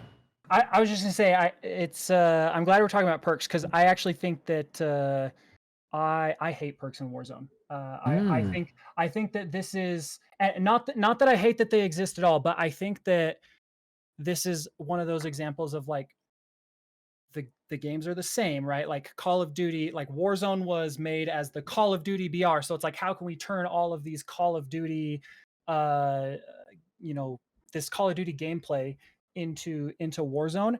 And I think that in MP, like you pick your perks at the start of a match or during a match when you pick your class, right? And like you just have them all the time, right? Right. Okay. It feels terrible to drop into, and in fact, we kind of know this because last year, like you just started with, there were certain default perks, Right. Yeah. Yes. right? And so I think that that's part of like what feels so inconsistent, like during a match of Warzone, and like why it kind of feels crappy at the start. And now for really, really good players, right, it's not that big of a deal because you're probably going to get your loadout in like the first 30, 60 seconds, right? You're going to get right away. That's not the case for a huge majority of Warzone players, right? Like like half the time they don't even get their loadout until like a loadout drop happens, like halfway through the map or 5 minutes into the match or whatever. So I don't like perks in Warzone, and like all these things, it was like, oh, you can't tell when you pick them up, and it's like it just feels like an issue that's like, why do we even have this? Like 100%. It just, that's kind of what we were talking about last podcast. It's like, I get it. Like, I understand the whole like multiplayer Warzone thing, but like they're two different games. And like you said, you start off multiplayer, you always have your perks. You don't have to like loot. You don't have to like, there's not this downtime. But for Warzone, if you don't have your perks, sometimes it feels like shit. So it's like, now we don't have default perks. So I think that's like, again, another huge frustration that I run into them too. I'm like, bro, I don't want to have to play the game only if I have my perks. I think that's the frustrating thing. So no perks at all. I mean, that's definitely an answer. And then you can just make your base character speeds quicker or whatever, or I don't know. Or at least simplified. Like you only get one or two perks per loadout, and they're very unique where it's not like making the game feel slower if you don't have them. Yeah, that's the biggest thing is if there's balance, right? Like then everything's okay. Like think about it right now. Like everybody's talking about why would they take off default perks? Like even now, like it's because there's a drastic difference between when you have them and when you don't right now. Like it should just feel pretty good by default. And right now it just feels like shit. Like default, it doesn't feel good, right? Like then once you get perks, okay, it gets better. Then bro, I'm telling you right now, if I have gung ho and quick fix, bro, I feel insane on the map. Like insane. The movement feels so buttery. But, Sprinter. Yeah, and sprinter as well. But like that's only if you have specialists. Like it literally feels so good. But there's just I don't know. I think default perks need to come back. Sorry, Tyler, go ahead. Yeah, no, I was just gonna say, I also think that like I understand like why they started off the year with no default perks. First of all, like a lot of the perks are different. We obviously have this brand new Omni movement, and so like there almost needed to be that feedback where you don't have them, right? Because what I can tell you is if you had them, they looked at data or they got feedback or whatever happened, and then they decided to take them away later. Like that's obviously that would be a worst case scenario, right? Yeah. Whereas like it is a little bit of a better decision to be able to add them. Once they were able to kind of get the game into millions of players' hands and see how it felt and make those decisions a little bit down the line. I just hope that that's something that they're actually thinking about. Like I honestly have no idea, right, at this point. I trust all the folks over there at Raven and whatnot. And so I think that they'll cook for sure. Hopefully this is one of those areas that they will. Yeah. I guess like that's a question for me, right? Like I guess Tyler, I think you will know a little bit about this. It's like how does Black Ops 6 and Warzone affect each other? Like in the sense of like, if let's say if if Raven said, hey, yo, I want default perks, or I want like to change this for movement, this, that, is that Treyarch's decision or is that Raven's decision? Like, is multiplayer, pretty much what I'm asking is multiplayer and Warzone like the same thing? Like who makes the final decision, basically? Yeah. Like how does that work? Warzone wants to do something, who makes the final decision? Yeah. Let me think how I want to answer this. I think I think at the end of the day, like it's a huge collaboration, right? Like there's obviously an understanding that Warzone is a different game than MP, while at the same time obviously being under the same Call of Duty umbrella. And so Raven obviously has the freedom to you know try to do what they want to do. I think at the end of the day, like Activision is one company, and so like there's a lot of collaboration between studios and all of that. So in terms of who has the final decision, I don't. It's not like there's a one solid answer to Okay. that, right? Like there's kind of a collaboration. It might vary from you know case to case, right? So I guess this is like this is over anyone's question. Like, do you not think that's a problem? Like, do you not think it's a problem that we have multiple people making decisions on like a game that like might not even be theirs, or like This is where I think lies the problem, in my opinion, is that, okay, let's say it is a collaborative event and there's not like, it's not like Raven has the say in everything, right? Every year, somebody else, there's different opinions every year that they have to go through. So Modern Warfare 2, Raven has to collab with Infinity Ward. Then the next year, Raven has to collab with Sledgehammer. Then the next year, Raven has to collab with Treyarch. And these 3 different dev studios probably have 3 different ideas of what they want the game to actually feel like and what they want it to be. My question is like, do these multiplayer devs, right, multiplayer studios, do they have a say in how Warzone feels? I guess, you know what I'm saying? Like, and I don't know. For me, I agree with you. I don't think that's the way it should be. I feel like, again, we're kind of going back to the same topic, because I think that it should be, Warzone should be its own separate thing. And yeah, that's the answer, bro.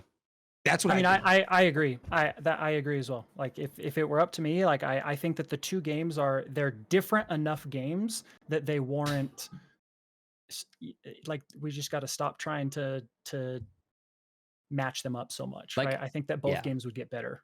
I don't know how like the consensus was, or like what the people's opinions were like on Modern Warfare 2019 whenever we had Warzone, but like I didn't hear a single person complain about the movement, the gunplay, like just the core of the game, like anything that's just decent, like the parachute, the helicopters, the vehicles. Nobody complained about that stuff. And then again, we got Warzone 2 with these horrible vehicles, horrible movement, horrible everything. I mean, the gunplay was decent, but it was so different. And it's like, I think that's what's frustrating, is that we got this whole new game for a game that already worked, and we didn't improve on like the little things. Like we could have added a rank to the Modern Warfare 2019 Warzone and got a new map, and it would have been fine. Or, you know, Caldera was like kind of ass, but like they just could have done little improvements. Okay, Caldera sucked. Let's give him a new big map. Let's give him Almanzar with the Modern Warfare 2019 movement, and I'm sure everyone would have been like, damn, this shit is fire. And now we got ranked and on the old movement and everything, and they could have improved. They could have added Omni movement, maybe to the Modern Warfare 2019 movement type of vibe. I don't know. I think that's where I'm like, if they keep adding new integrations every year for Warzone, it's gonna be you're gonna get the same people bitching every single year about the game, how it's ass. Every single drop, we're gonna get a new game. It's gonna be like, oh, there's these issues, it's ass. I like this. I used to like this. Now I like this. It's just like, I don't know. It's just a constant game of tug of war, and it just sucks. I mean, I guess question real quick, fellas, is when Warzone was when Caldera or Cold War was integrated into Warzone Modern Warfare 2019, was there an uproar of people complaining about it, or was it pretty seamless? No, a lot of people complained about it. Really? People didn't want Cold War guns overpowering Modern Warfare 2019, because Modern Warfare 2019 had a generative loop where you could keep using the same guns and it still felt incredible over and over again. And then when they depowered the Modern Warfare 2019 guns for Cold War, people were like, dude, please, like, you can't just shelve this amazing game like this for the guns and everything. People were pissed about it, absolutely. And there was a lot of bugs too. Yeah, a lot of bugs that were even, you know, you talk about, we could have just stayed on 2019. We could not have stayed on that game for Warzone. That was literally destroying. It was almost like creating a black hole for itself, where it was going to just be cut. Because if you look at Modern Warfare 2019's multiplayer throughout Cold War and Vanguard, dude, it got like absolutely destroyed. Because correct me if I'm wrong, I don't think they intended Warzone to keep going like how it did, correct? JGOD, that's your question. No, I right? don't know. I don't know. I don't know. Because if you look at the Cold War integration, it busted multiplayer. Like, I don't know Xbox, for sure, because Xbox, obviously it's like one of those things that it would just be an assumption. well, I don't Xbox think it couldn't did, load but- into a lot of the multiplayer maps. They had to shelve a bunch of the ground war maps in 2019. Executions didn't work. There was so much like wrong with it. So I see the vision with building Warzone 2, but obviously the goal hasn't been fulfilled. But I understand why they moved off of it, because dude, like the integrations were just busting the game up bad. Really What's interesting bad. though is with how many bugs we look back at, like the Cold War integration and even the Vanguard integration, there might have been just as many bugs back then, if not more than now, but it seems like that was still so much better received. Like it seemed like the Well, overall I think interest there's a was so fatigue much higher back factor, then. right? If this is year True. 5 of integration, it's like, bro, what the fuck are we doing? We have the same That's fair. bug that I've had for 3 years or whatever, but it disappears, then it comes back. Like the Like the gas mask shotgun. animation. Like they were able to patch it quickly, nicely, which is good, W. But it was like, how the hell did that come back, bro? The Like, Lockwood shotgun, fellas. Let's not forget about that one. That That's came always back comes like It's back. still around, isn't it? It's still around right now. Yeah, that shit fucking broken right now. What's interesting is the X12? Is that the model for 3-1? Is that the model for 3 pistol? X12? They shelved it. 45? The Colt Yeah, 45. that they was bugged like 2 weeks ago, where it was like full auto with the where you could plug the blueprint on it. I With, might have yeah. been responsible for that. dude, they literally removed it the same day. The gun's not even in Warzone. I mean, it might be back now, but if you go in the Warzone menu, I'll go right now. The Put on gun the riot literally shield. He said, Hold on, "Alright, let me go in the Warzone menu. Okay, so if you go to the Modern Warfare 3 tab, they completely removed the X12. Like it doesn't even exist in the tab. And is this the first time they've done that? Where they've just completely like, all right, let's just remove this from the game until I we think- fix it. They've done that a lot. They do that all the time. They've done that Like before. they removed the entire gun from the menu? Yeah, I know Who they've else done have that done that before with? because I've helped them do that before. Oh, so well, I like that. I think that's know a that great has happened, change. yeah. I think that's a great change. But how come that was never about with the Doom shotgun when that was like Lockwood. Yeah, yeah. That's the one that's Lockwood. even right now. It's still pretty broken right now, unless they fix it. That I don't know about, but like that's what I'm saying. Like something is wrong when the way that when they do updates, it seems like. Okay, again, Ty, this is probably not the way it works, right? But you're probably like, bro, Hector, you sound stupid. Like, but this is the way it seems like.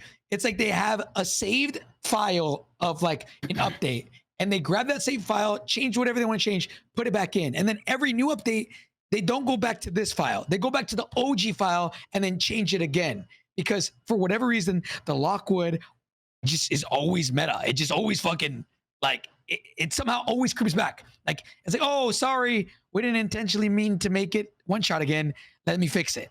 But like, you know what I'm saying? Like shouldn't it save? Like I don't know. Like Yeah, it doesn't really work like that. But yeah, don't get in trouble. Don't get in trouble. yeah, no. I mean, here's the thing, right? Like, this is no different than like if there's like a software developer in the chat somewhere, they're probably laughing too because like there are thousands upon thousands of things being changed and every week and every month and stuff like that. So I mean, I'm not really going to pretend to have like a perfect answer. I'm not saying that it should happen, but stuff just happens. Like, it just happens. I'm not saying it should, right? But well, it's confusing because they removed the X12, which was really broken. It's awesome. They took that out same day, but then right now we have the RAL LMG still in the game with the broke conversion kit. Dude, like if you play in any like lobby where people are competent, dude, you're just getting drilled by that thing over and over again. So it's like, how come one thing is taken out, but then the other thing that's also insanely broken that was previously taken out isn't taken out again? I just don't understand where the miscommunication is, where one thing can go, but the other can't. I mean, there's levels of broken too. Like, yeah, like there's when something is like legitimately actually broken and it's like ruining the game. There's broken when something is like overpowered and it's everyone's using it and it's not necessarily the most fun. So it's like that's obviously a tricky. Okay. Those are tricky decisions to make. Like when is something broken enough to like make a drastic enough change to say, hey, like this has got to be completely deleted until we can get a proper fix in for it, right? Well, it's interesting because it happened and then they patched the gun where it wasn't, the way it is now, and then they unpatched it and then they just kept it in. So that's what I was curious about. I was like, what's going on with the constant bipolar of certain weapons having the repeated issues and some get removed, some don't? I was just curious about that. Yeah. So look, sorry, go ahead, TTD. No, I was going to just say, it seems like also them adding gunfighter and the 8 attachments, I think is one of the root causes of so many of the issues. Like you could, bug it to get 8 attachments on MW2, MW3, the whole blueprint thing where like the attachments save and then you can add on top of them and have multiple more attachments. I think that's just like the gunfighter itself, I think was a root cause of it's just maybe a hard thing to code and get right. I think like on top of that, that really just it just reiterates like the same point. Like when we're trying to, especially when we're like MP is not that big of a deal because it changed. Like it's a wholesale like MW3 is gone, Black Ops 6 is here. Whereas Warzone, it's like, no, you still have all these things from MW3 in the past. And like, we're trying to add all these new things on top of it. Like that's just, you can't expect anyone, like that's just such a difficult path to take, right? Like there's just, I mean, you could be superhuman and like, that's just technically that, I feel like that's just opening the door for bugs and stuff like this, like for things to interact incorrectly, especially like there's hundreds of guns, like, and hundreds of attachments and thousands, if not millions of combinations of things. Like Here's like 25,000 different attachments. come on, like that's just rough, man. Combos, like, right? 25,000 combos. That's just asking for impossible. No. There's 25,000 unique attachments because of MW2, MW3, because like every MW2 gun has like 100 underbarrels. So there's You like count the MW2 same one twice. Right, correct. Yeah, So you have attachments, 77 it's in the optics. millions. It's Billions, I don't know. 77 times however many guns. weapons they have. Yeah, it's 100 plus And then weapons. to add to that, though, what's frustrating is, and I don't know if this is just because it was too complicated or maybe because of past blueprints. If you look at like all of the MW2 guns or something, or MW3 as well, anything that's a foregrip does the exact same stats. There's like 15 different foregrips. There's 15 different hand stats. Yeah. They I all think do the that's exact good same that they thing. simplified it. And it also kind of like makes them essentially cosmetic. Right, exactly. But the filtering and sorting is terrible. Yeah. Finding your attachment, like I'm like, cool, where's the Choreo Eagle Eye? All right. Yeah. Oh, it's at the if there's bottom. no search bar. Yeah. Yeah, I mean, look. So I kind of want to, because I do want to talk about Ranked a little bit, which is Tyler's expertise, right? Because we know that Ranked is coming this week. But before we do, I want to talk about a couple different things. Like, I have a couple list of things big things that I think are really fucked. And more importantly, JD, if you want to bring up the tweet, Tyler, feel free to not get into this convo if you don't want to get into it, because we're gonna be reading a tweet for a Treyarch dev, and you know what I'm saying? Oh, you're gonna talk about Matt? You're gonna talk about Matt? Yeah. So okay, cool. we want to talk about just the whole subject of it all, right? Obviously, I don't. Matt's the GOAT, by the way. I don't want to hear I don't want to hear any slander. What's funny is I know you're he's the gonna fucking GOAT. over the tweet, but I think people are taking the tweet like wrong because Yes. like he 100%. just typed it. He just 100%. typed it, which is fair if you understand kind of like his probably perspective, but it's not like he has unilateral control to just say, you know what? Fuck this movement. Yeah, I'm doing it my way. That doesn't exist. I'm I was so gonna glad say that that. I wasn't the one that had to come on here and say that, and that you guys are smart enough to know that is not how it works, right? Like Matt didn't just make a He got jumped on overarching too many decision. times, man, and he just nerfed us into the ground. No, like how they're see, acting. that is where people need to take, like, I'm be quite frank here, is use their fucking brain. It's like, yo, okay, do I agree with Matt's opinion on this specific subject? Not at all. I don't agree with this at all, right? But I'm not ignorant to think like, oh, because he doesn't like it, he changed the whole game, like, because of his own decisions. I don't think that's the way it goes, right? That's not even the whole point of this. Is let's have the discussion, right, of just in general movement, snaking, and like the animations and shit like that, right? JD, do you have the clip that he's responding to here? And listen, I will say, Matt will probably hate me saying this, so I'm sorry, but because I know chat's gonna care about this, right? Yeah. Like Matt is legitimately a good player, not like from a dev perspective, good. Like I'm not a good player, right? Like anyone that has seen me play the game knows that like I am not anywhere near the level that you guys. In fact, I know actually where I am because I can see, you know, where I rank in all that stuff, or at least I could, right? Matt is actually good. Like he I'm not even kidding, like probably top 10%, like in terms of skill, right? Okay. And that's like objectively. I'm not saying like my subjective opinion. Matt is actually a good player, right? So it's like, get out of here with those like, oh, he just freaking got turned on too many times and he just sucks and wants to make the game, you know, casual. Nah, dude, get out of here with that. Okay. All right. Look, so let's go over the tweet real quick, or I guess is it the video? Yeah. So this is T, the one that had tweeted this out, and it pretty much T. Do you want to kind of give us a little synopsis of what you put? So one thing I wanted to say is this video actually is not from this guy. The original video is Exo Ghost. So I just wanted to like give him credit where credit's due. This guy kind of just, I think, reposted his video on Twitter.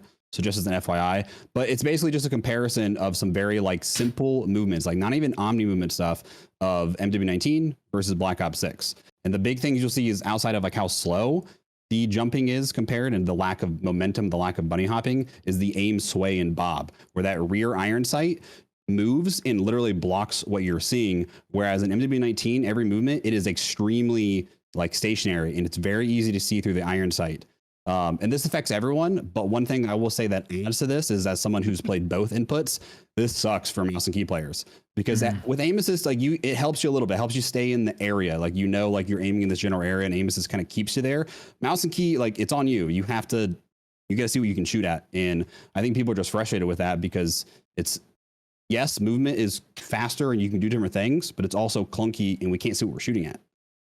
Yeah. So look, this is what the whole conversation arose from this, right? And obviously, this sway and bob is a design choice, right?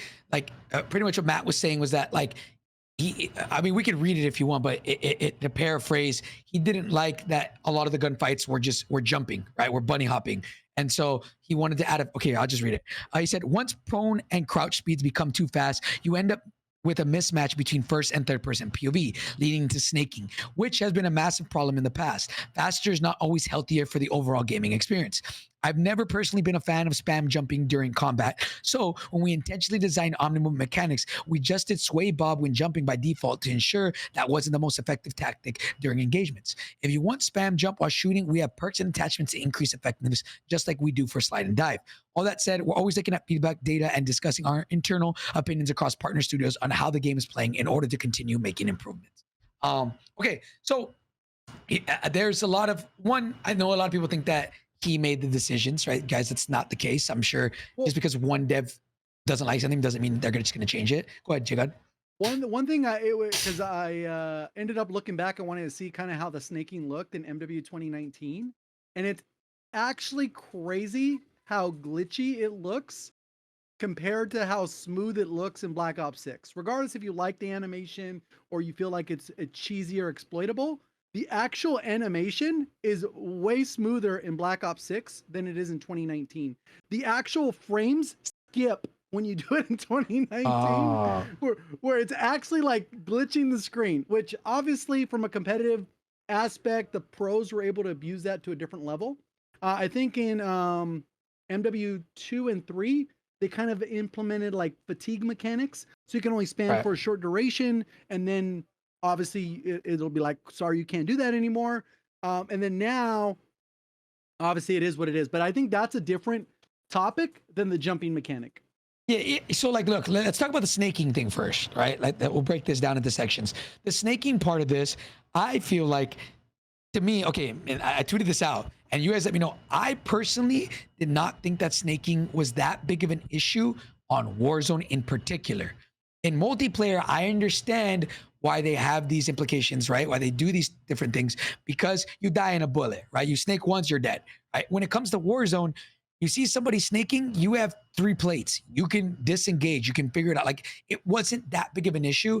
I think this is one of those times where, in my opinion, you take the lesser of 2 evils and you make these animations faster. I get what Jay saying, like it's not as fluid, right? It's like skipping frames, but it is quicker, right? Which I understand what Matt is saying, that it's not like faster is not always healthier for the overall game experience. But when it leads to, for example, for me, feeling like Black Ops 6 still feels a little bit clunky, I think it's because a lot of these stuff, because of the slowness to prone, because of the weapon bobbing, because of like, those things.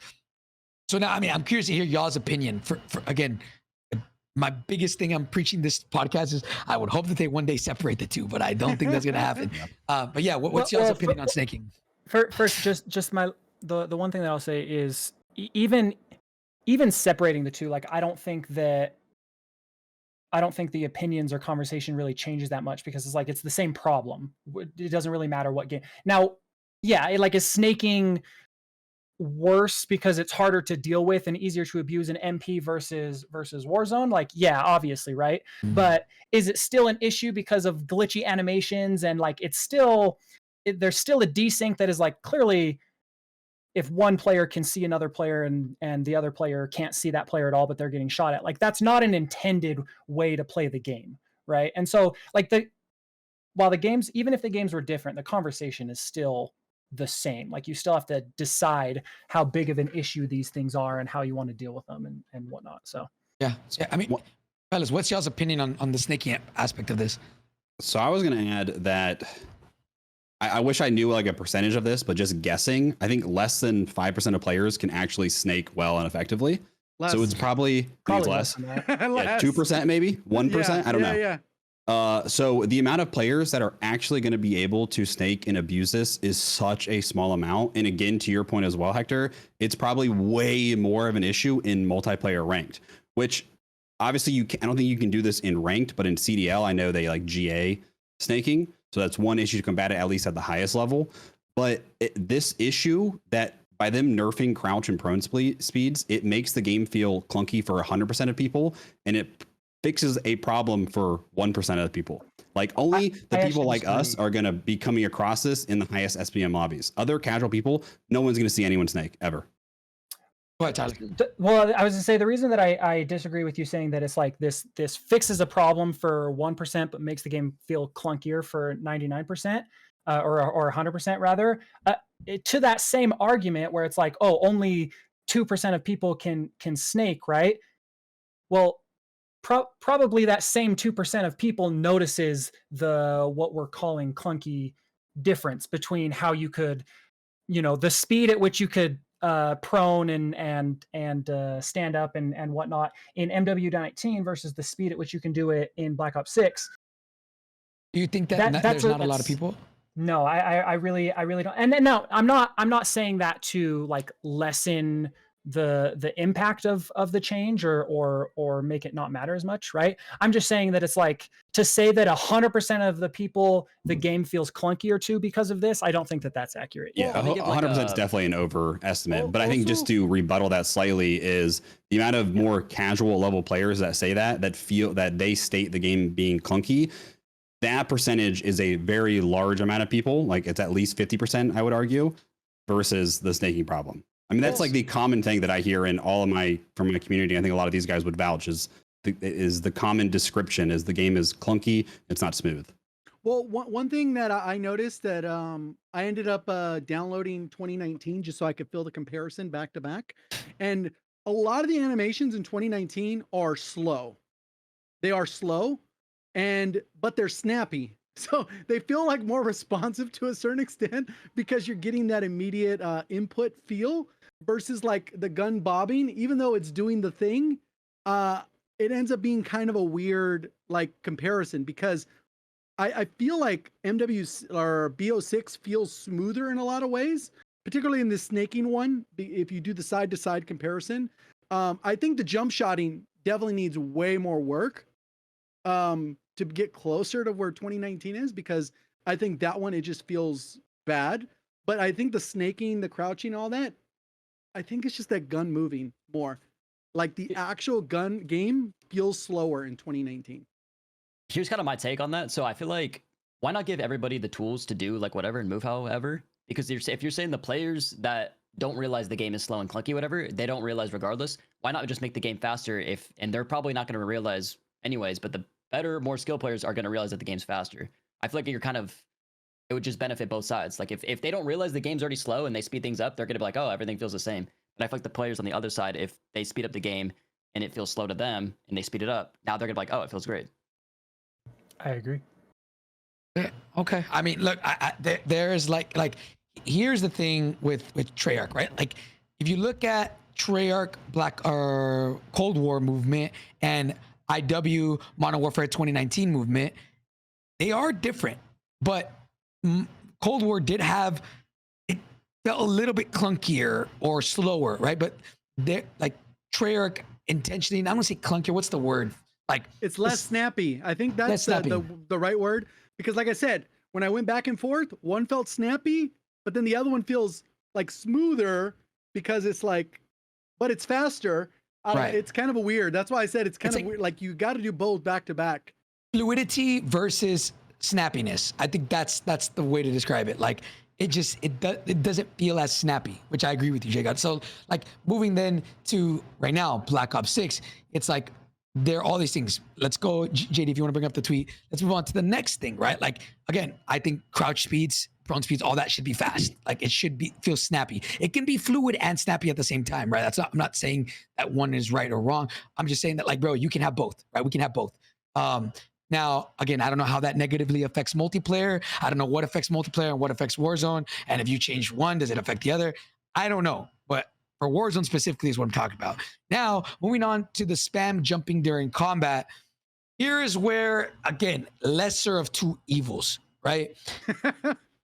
This introduction of sway and weapon bobbing, right, has affected not only everybody that's like, bro, why is that a thing, right? There was no visual recoil, there's no weapon sway with Modern Warfare 2019, but Black Ops 6, and I feel like ever since Modern Warfare 2, we've had this weapon sway, weapon bob, where you move. I would say OTS did have this a little bit, but OTS it was only have this. Yeah. It was an outlier. Yeah, but it was an outlier. So, like, what I'm trying to say here is like, bro, look at keyboard and mouse players. The game, for a lot of them, feels like it's incredibly unplayable because of this change right here. But like, I get it. In my opinion, it's like the reason why Modern Warfare 2019, like let's just say bunny hopping or jumping in the middle of gameplay was so overpowered was because if you think about it, there was only two tools that you could use back in Modern Warfare 2019. There was only slide canceling and bunny hopping around corners. That was literally your two offensive movements, right? Apart from just hitting your fucking shots, right? But like now there's so many different ways to utilize your movement with omni movement, sliding in every direction, diving in every direction. Why not add bunny hopping back? Why not reduce these visual movements? Because it's not only affecting quote unquote the best players, but it's also affecting every single keyboard and mouse player because they can't even see what they're aiming at. I mean, T, you can kind of add to this, right? Because you said you play both. Yeah, I play both inputs. I mean, I made the permanent switch at the very end of Warzone 1/Warzone 2. Like when Warzone 2 hit, I was like, I'm done. MK, I can't do it anymore. And since then, the visual recoil has just never been anywhere near on par to what MW19 Warzone was. And then as well with like, as people are always asking me, they're like, how do I build this loadout for a mouse keyboard player? And I think we shouldn't have to build loadouts differently for one input to the other because you have to prioritize things like you have to have an optic. You have to prioritize aiming idle sway, a lot of the recoil, horizontal stabilization type stuff. Whereas good controller players can get away with not needing those attachments. They can prioritize other things like movement, handling, etc. What are you talking about? They can just put a post-it on the screen and play blind. No, I'm just You guys seen that? You guys seen that gameplay, right? No. The guy played a full matches with a post-it in the center of his screen. What? On controller? On controller. Yeah. Because you don't even need to see the target. He was getting. Because the aim assist. Yeah, bro. Oh my God. Just get you close. That's what I'm saying. Like when it comes to aim assist, like controller players, it's not as like, yeah, it sucks. We hate it. I loved like Warzone 2019, right? The way the guns felt. But now, like, you do notice it, but it's like it doesn't affect us as bad because we got aim assist. I'm gonna be blunt.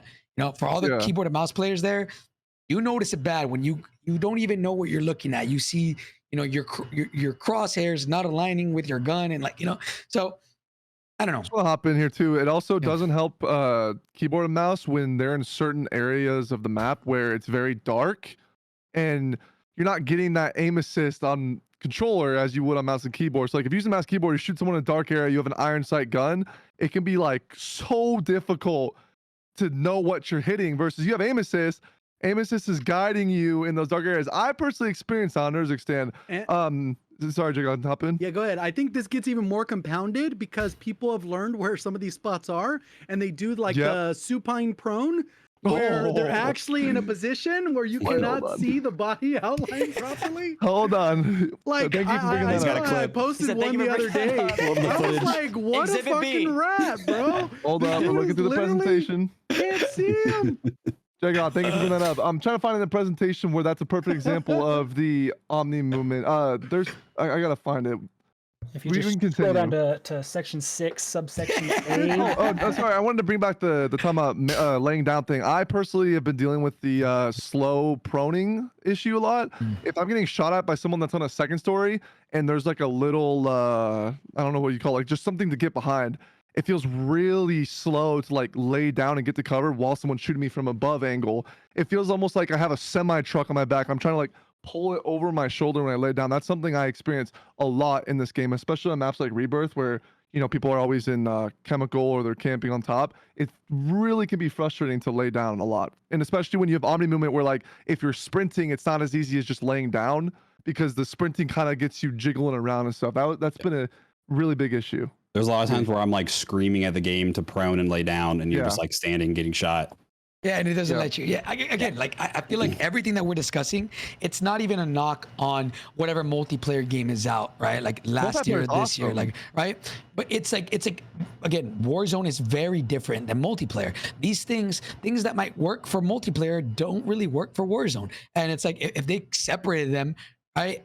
These changes, we could very well have a world where we have Modern Warfare 2019 snappiness with Omni movement added to that. Like, I think that would be insane. Or That'd be gas. Or the same thing would happen if you just took off all the delays in Omni movement right now and just made it snappy. Right? Like, I also wonder if it's not even just like a built-in delay, but sometimes I do feel like it's server ended, because there are games where I feel like the game is more snappy and more responsive to what I'm telling it to do, and other games where it's just awful and everything feels delayed. So that's just something else to add into the mix. Yeah, can we pull up? Sorry, I pull up the presentation again. Go to minute 29. You can see an example of how the laying down thing can be bad for mouse and keyboard. Because aim assist, if someone's in a dark area, you kind of feel the aim assist taking over a little bit. If you go to a minute 29, you can see an example of someone plating up and like they look dead. Like they look really, really dead. And I've had this problem when people wear the Weaver skin, the zombie Weaver skin. I've noticed they blend in very well when they're doing certain Omni movement animation, and I only pick up on them laying there because I have the aim assist to compensate from them blending in with the environment. That's like a huge issue. If you unpause it, you can see it coming up with someone plating. You'll see, yeah, look at that right there. Like, yeah, like that, I run into that a lot, and I get killed because I'm like, I thought this dude was literally dead, and I didn't have my crosshair on the floor. Yeah, look at that. If you saw that, you're not thinking that dude's alive. Again, love the game, but these are things that I'm like, really, bro? And yeah, if you're wearing Zombie Weaver, you blend in with a lot of the environment. So you guys know what I'm talking about? The Zombie Weaver skin? I'm about to go get that skin, brother. Let me tell you. Prestige 1, you already got it, man. Like it's and it's plus Rebirth lighting is darker inside a lot of the buildings, which magnifies this. Yeah, and there's this issue where like if you're peeking out from the inside, but you're inside enough, the outside almost looks like it's glowing, like you're like have a god like the change in light from light to dark. Yeah, there's like a delay where it has to adjust. Yeah. Okay. Well, look, man. We obviously know there's a lot of things wrong with Warzone right now, right? And there's so many different things that all stem from just the integration that I hope that having this discussion can help in some way or another, right? Right now, Warzone, for whatever reason, is not whatever reason. There's a lot. Go ahead, JGOD. So I think one thing that contributes to a lot, in case we don't get to this particular thing, is that I think there's certain transparency around it. And I know that like when we've gone to events, it feels like obviously a bunch of stuff has to go through approvals, like for information to be shared a certain way. So it's like they can't just come out and say, you know what? We're on top of this. We're working hard. Like even that would be like, hey, we're aware of the 100+ bugs that you guys are running into. We're on top of it. We are grinding our asses off, but they can't really tweet that or put a blog out or whatever. So I feel like that's part of the problem too, is that they can't, or they're not, or however the logistics work about that behind the scenes, because a lot of the hate, it feels like people are necessarily not being heard or feeling like they're not being heard. And I think that creates a lot of problems with the ecosystem on Twitter, where it just gets pretty toxic in the comment and everything, it's just kind of one of those things.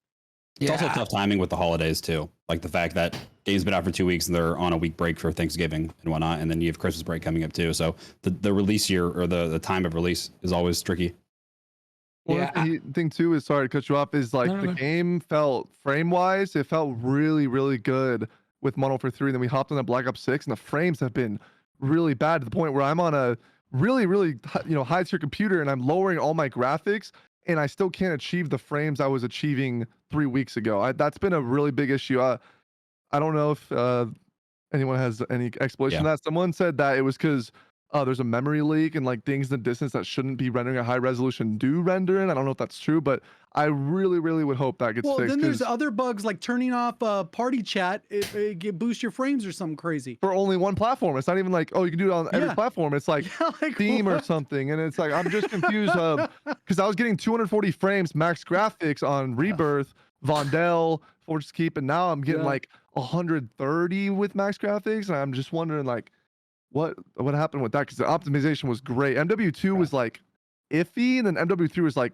buttery, like frames were good. Every gunfight I was just maximum frames. I didn't feel like I was struggling or anything. So that's, I think, a really big issue. A lot of people in the chat are talking about that. I just wanted to bring that up as well. Because am I bugging to say that this happens every single year? No, like MW2 frame rate was so low compared to 3. Like we jumped to 3 and the frames were just better. I don't know why I always remember it getting worse and worse and worse every year.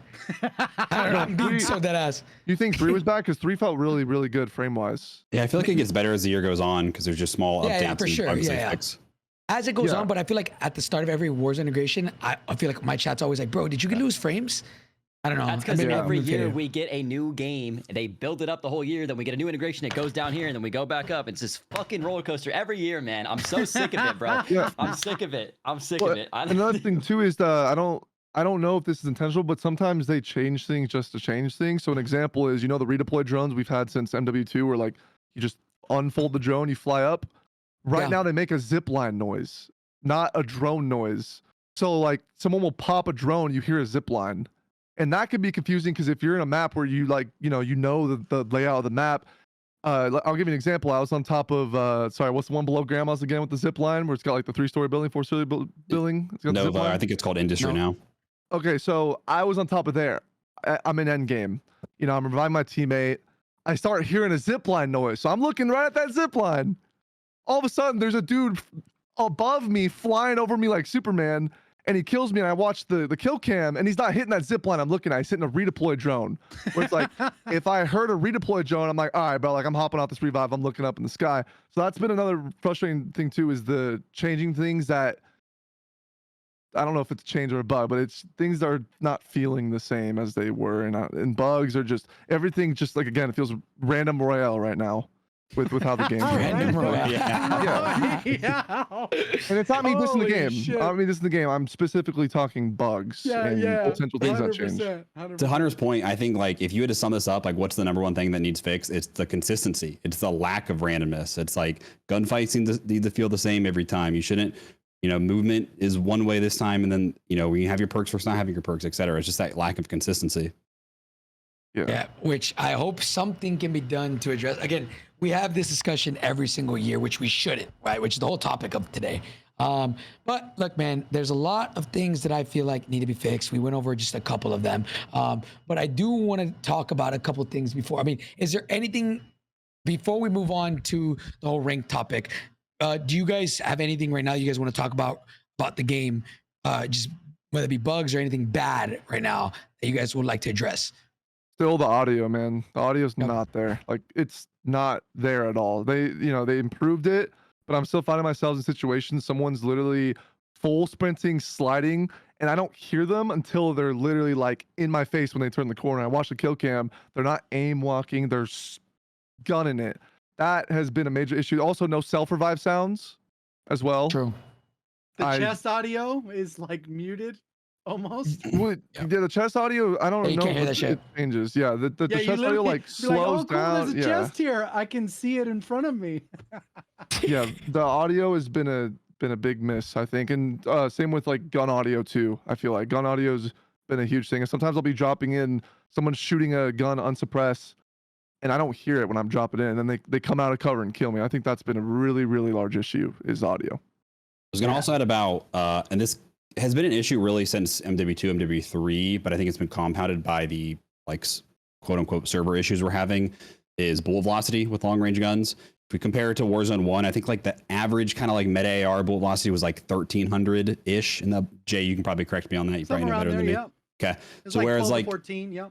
And whereas like the average like meta build now is like 1,000, and there's a few guns you can push a little bit more. Like the Model L, I think you can push to like 1,400. Oh, shit. But most guns, the best you can push, like the meta XM4 build that everyone's running, I think is like 1080, which is not horrible, but it's slower than what we had. And then I think you compound that with the server issues, and then also that gap in. And I don't know if this existed all the way back in Warzone 1 or not. I think it did. The whole hit scan thing, where up to a certain range, it's hit scan. And then as soon as you get beyond that range, it then has to take into account the entire travel time. So if you cross that threshold, so I think like the XM4's hit scan range is like 54 meters, if I remember that correctly. As soon as you hit the 55 meters, it goes from hit scan to now you have to take into account the entire travel time. So when people are at that awkward range, and I think this is the result of like the Huskers clip where Huskers is tracking the guy, I think he's kind of right around that cutoff, is he's jumping in between that hit scan to you have to now lead the entire bullet, which would shift your reticle like enter to across your screen. And that's what makes these long range fights feel just like downright horrendous. Now there's the other clips, like Braxton posted a clip today where he's just spraying a dude who's like barely even moving, and you're seeing blood splatter go everywhere. Yeah, I can't explain that. That's just to me just like server sided versus client sided disconnect. But I think bullet velocity does play into a major role of why long range gunfights just feel like crap. And to add on to that is that the part you were mentioning about the higher bullet velocity, like if we did have a 1300, 1400 bullet velocity, then you're having hit scan up to about 65, 70 meters. Right. Which is basically 99% of your gunfights with a rifle. So basically everything would feel crisper with that bullet velocity. So it has a compounding effect on how good your bullet registration feels. Especially shooting people out of the sky, all kinds of those different things.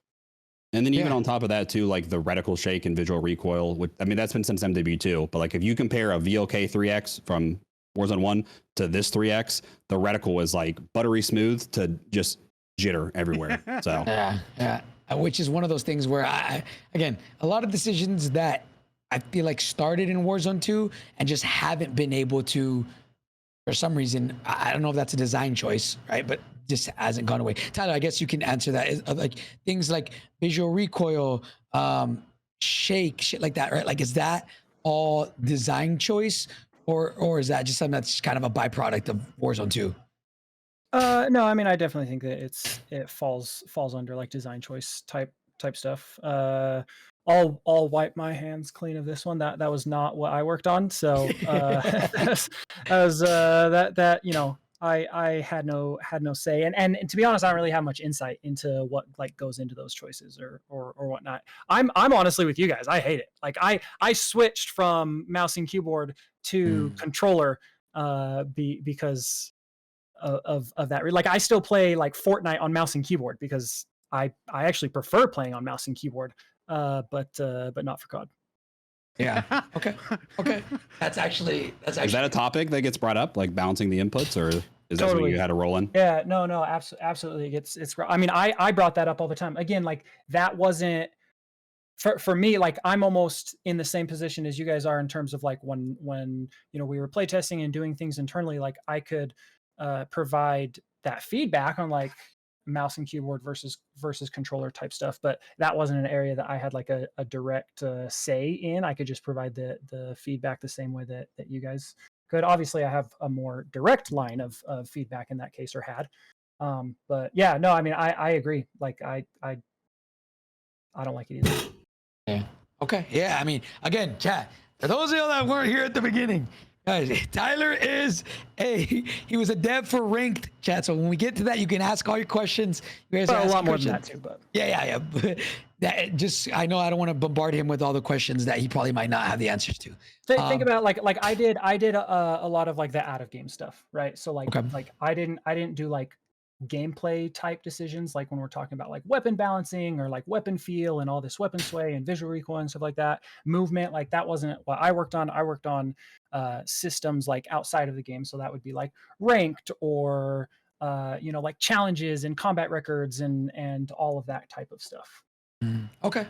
Well, speaking of, right, fellas, I wanted to talk about Ranked because I don't know, it hasn't been confirmed yet, but I'm pretty sure from what everybody's saying is Ranked comes out this Thursday, correct, fellas? I don't know.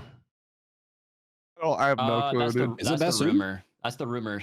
Is December 5th. I hope it but doesn't. I don't Yeah, I hope think it it's doesn't either. I feel like they would have said, right? That's way Like, too early. That's what I'm thinking. Is Like, Reloaded next week? yeah, No. Reloaded It's is Thursday. Friday. Oh, it is. Is it Wow. Thursday? Yeah. The Yeah. 5th, yeah, that's when the new zombies map starts. I think they drop new like weapons we're gonna have already.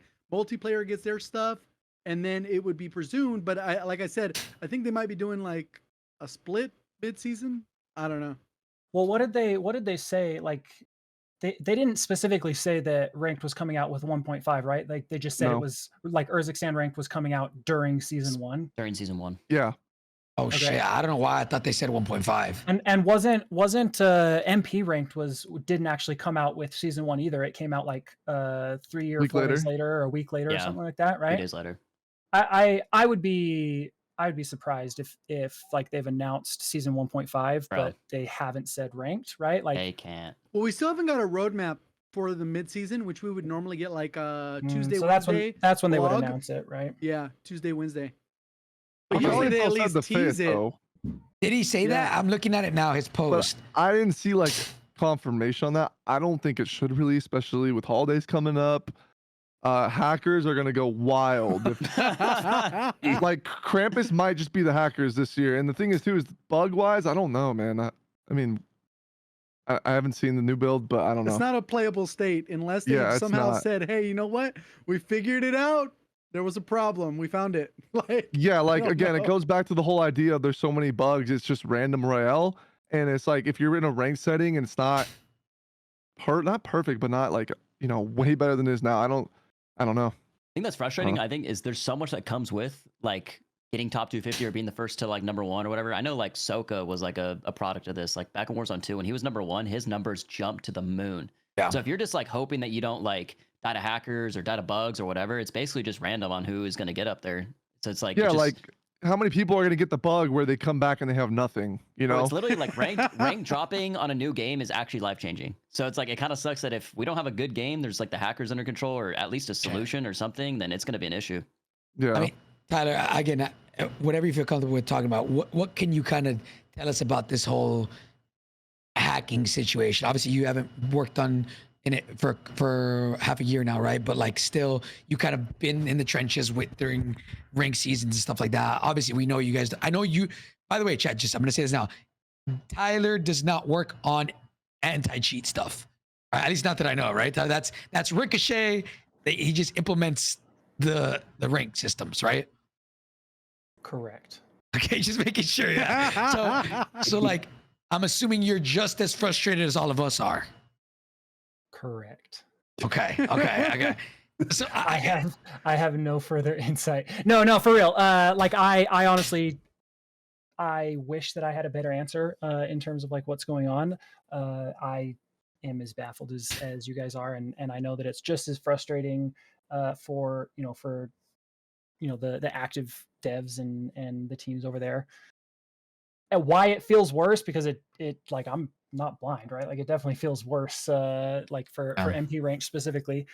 So it feels like a safe assumption that Warzone ranked is not going to be in a great spot. So I don't know. I mean even the probably the last thing I'll say in terms of the cheater stuff is like, even if I wanted to give you guys answers, I probably couldn't, and not because I have the answers, because I don't, right? Like it's just as much kept under wraps internally as it is like externally. It's not like they have conversations. Not like I am in meetings with Ricochet every week, talking about new anti-cheat tech. Like that's just not how it works. So I told y'all, Chad, Ricochet is the most secretive organization in the fucking world, bro. I swear, I told you. I don't think it's a real thing. No, I'm being serious. I don't think it's a real thing. I don't think it's a real thing. So. Bro, I get like, okay, this is not for you, Tyler. This is just my thoughts, right? Like, for example, we have all these big names playing players in rank play, right? Like we have Nate Shaw, Cold Havoc, all these guys literally getting spin botted, right? Is there not some type of system where it's like, yo, we obviously see that they're hacking. We know in the kill cams they have their Activision ID. Like, is that not a thing where they can just, you know what I'm saying? Like, my head, I'm like, bro, just ban them. Like, you know what I'm saying? Like, they're live in person. Like, you can see it happening, like, blatant, right? So, like, I don't know. Like, I just don't understand how cheating persists. And then now, even more so that they released a dope ass level or like number one skin. How are they going to make sure that that level one skin or that number one rank skin doesn't go to a hacker? Because 2-3 months ago, when we had Al-Mazra or not Mazra, Rebirth Rebirth ranked, ranked. there was cheaters that got the number one player card and calling card, and no one banned them or nothing. I mean, I'll be honest. I'm not super worried about like the number one stuff going to a cheater. Which I will toot my own horn on that one a little bit. That is one of the last things that I worked on before I left was all of like ranked play this year, including the number one skin and stuff like that. So yeah, I was actually super pumped when they announced it, and I saw that actually made it, and they actually like were able to move forward with that idea. So that's super sick because they look dope. But I'm not worried about that. Like with something that high visibility, I'm not worried about them actually giving it away to a cheater. Like I'm sure they'll monitor the top 250 and stuff like that. Now, in terms of why it wasn't happening at the end of last year, like I'm sure that you could probably make assumptions in terms of why it wasn't happening, but the capability is there to like monitor the top 250. I'm not worried about those rewards going to someone they shouldn't. But that's not to say that cheaters aren't going to be a problem, because like clearly it seems like they are. So yeah. I mean, yeah. Well, here's another issue, and again, not to like kind of discredit like the number one thing, but what sucks too is, I mean, dude, shadow bans are insane. Like we got Dongi, who's been shadow banned 4 times the past 2 weeks, who top fragged at World Series Warzone LAN. If he gets shadow banned mid-season, he's not going to be able to get number one. Now, whereas like let's say somebody like, let's say me, okay, let's say I'm quote unquote, let's say I'm whitelisted or something, or I have a protected account, or I don't get shadow banned. If I'm grinding, I could get number one, and it kind of takes away that credibility, because it's like, obviously Dongi's a way better player than I am, but because my account is quote unquote, I didn't get shadow banned, then how come I don't know. It's just such a shit show. It really is a shit show, I feel like. Yeah, and that's not for Tyler. That's for everybody. I'm just saying it. Yeah, I mean, everybody talking about the shadow ban system. Sorry, I mean, I tried. Yeah, no. Everybody, look, we've had this conversation with so many. I feel like we've all probably talked to somebody at Activision about shadow bans, and it's one of those things where I'm be honest, and I said, dude, that is the one topic that if we hit up anybody about shadow bans, it's the one thing they'll leave us on red, brother. Like, it's because it went to the Ricochet team that we don't know who it is. Well, I do have a ranked question, because I don't know if you can even talk about it, but one of the systems that they had in place for this past year was and previously there was like this hard cap where your SR negative would stop accruing. It'd be like 285 or whatever the heck the number was. Was there ever like a contemplation to like just let it keep going, or make the number like stupid? Because I think when we actually had it where it felt like that number was super hard to hit, people were actually like, man, I might gain SR from not playing, like, or not gain SR, but move up the leaderboard, because it was actually hard. And people that are really skillful, they would still move up gradually, like the Aidens, the Biffles, whoever, they would still move up. Hey, we moved up 100 SR today, and we can chill, and anyone who plays where they're going to lose. So I don't know.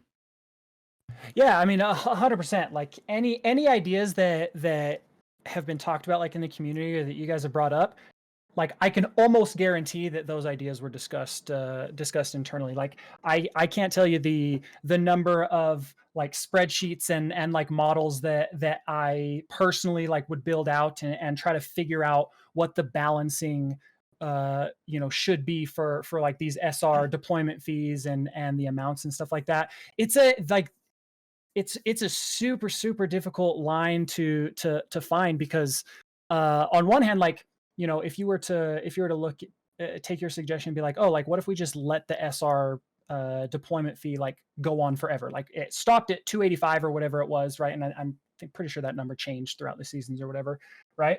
But like, what if we just like kept increasing it forever? Like then there would 100% be a point where well, there's not really a reason to keep playing, right? Kind of like you were talking about, like, oh, like if I keep playing, like I'm definitely going to lose more SR than I'm going to gain, so I'll just stop. And like obviously we don't want that to happen, right? Like we don't want players to feel like they have to stop playing. So trying to find like where's that balance where we can continue to make sure players can, like the best players can progress, but that there are like hard stops for a player that maybe they're a top 5% player in the world, and we kind of want them to sort of be hard stuck at 12,000 SR or whatever. I'm just making up numbers right now.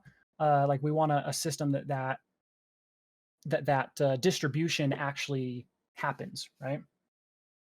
Okay. And it's harder in Warzone because it's not a binary system. MP, I'll be honest, it's actually way easier to design these systems in MP because it's binary. Like it's win-loss, right? And like obviously there's like certain aspects of like personal performance and like, do you take that into account, and at what levels and what ranks do you take that into account, and like all that fun stuff. I'm pretty sure they've talked about or released tidbits about stuff like that. Warzone, it's a lot harder. It's not binary, right? Like what's better, a 5 kill win or a 25 kill 30th place, right? Like which one of those things is better? You know what I'm saying? Yeah. That's actually a good point. Do we know if you can queue? Because I know in multiplayer, if you queue with a 4-man, the ranks don't matter. Is that going to be in Warzone? Do we know that yet? I don't think we know that yet. I don't think we know that yet. Yeah. Do you think JGOD, just your personal opinion, do you think that's going to be for Warzone as well? Or do you think that's a multiplayer only thing where, so like, do you know what I'm talking about, JGOD? You look a little confused. No, I don't know what you're talking about. So, because I know when you're a low rank, you do kind of have a hidden MMR. Okay, so let's say you have grades you on. So this is a personal problem a lot of players I know face. So let's say me personally, I have all the time in the world to play. I'm hitting Crimson. My friends that have 9 to 5s, they're probably like in silver. We can't queue together, right? In Modern Warfare 2 and 3, you couldn't do that. But with this game, if you have a full party, it doesn't matter what rank you are, but it will queue you at the highest rank. So let's say I'm Crimson 3, all my friends are bronze. They can queue with me if we're a full 4-man, but it takes us to the Crimson ranks. Okay. So I wonder if Warzone, but your friends, if they're not good, they're probably going to get spanked. Yeah, so I wonder if Warzone will have that, because I personally, like, when as the seasons go on, the higher lobbies, it takes a long time to find a game. So I wonder if that will be a thing, because I feel like if that'll be a thing, it could possibly change that. Well, that was one of the. Oh, go ahead. I was to say, if I were to guess, any rules like that they brought in for multiplayer this year, I would guess there's a really good chance that those same restrictions or changes or whatever would be there for Warzone as well. I'll be honest, I probably actually made that decision, or at least had it written down at one point. But again, this was a year ago at this point, so I don't actually remember. But I don't remember what was decided, or it was super early when I was doing all this. So, but like I said, I would guess that a change like that, it would surprise me if they didn't bring that to Warzone. Do we think that's a positive or negative? I think it's a positive, but it also like could be it. negative, because it's like, It's got I could be I could be a high rank and my friends are not that good. I bring them into like these high ass lobbies. Well, then you would play pubs if your friends really aren't Crimson or iridescent but they still players, want to play ranked though. Like they still love ranked, that idea of it. But it's also the factor of like, all right, like the people that have like these stacked up players, it could just be them farming lower players. It's like there's pros and cons, but I personally would like to see that change, because it sucks when I'm like, all right, no more ranked because they can't play with me anymore. But what do you guys think about that? I love that change. I think if they're not gonna, like, hey, you're consciously making a decision to go play against better people than you. That's your decision. Or go play pubs. You know what I'm saying? Like, I think that's fine too. But one of the things I was going to follow up on the question is that, like, obviously the ranked play system worked based off the lobby queue times not being particularly long. So the actual, how wide the skill gap between, because a lot of the iridescent players, top 250, they were still having diamonds in their lobbies. Sometimes less, depending on time. Like, were there thoughts about having like way stricter queue times? Because this is what I was about to ask. Apex at the beginning, when people are going for the Apex Legend rank or whatever the hell their ranking is called when you hit the top, a Predator, is that like they might have a 15-minute queue. Yeah. And they're like, all right, at least my lobby is full of sweats. I can almost name every one because we run into each other at the top. This one is like, why was I in so-and-so's lobby? Like, what? Right. That was a big question by Joe. He was always wondering. It's like if you're actually top 250, or like, is there a way, because like people at that point, when you're at that high level, you're that high SR, you don't care about waiting. Like you want the highest competitive and like lobbies possible, because once you're at that level, yes, it's hard, but at the same time, 90% of the time, you should technically win your ranked matches. You should, unless you run into another team that you know, and it's like, okay, there's only one good team in here, and then like you play it out, right? Was there ever thoughts of that, Tyler? To like do long queue times? 100% part of the conversation. I think I'm going to reiterate really quickly that anything that, especially since we're talking about things that like I specifically worked on, right?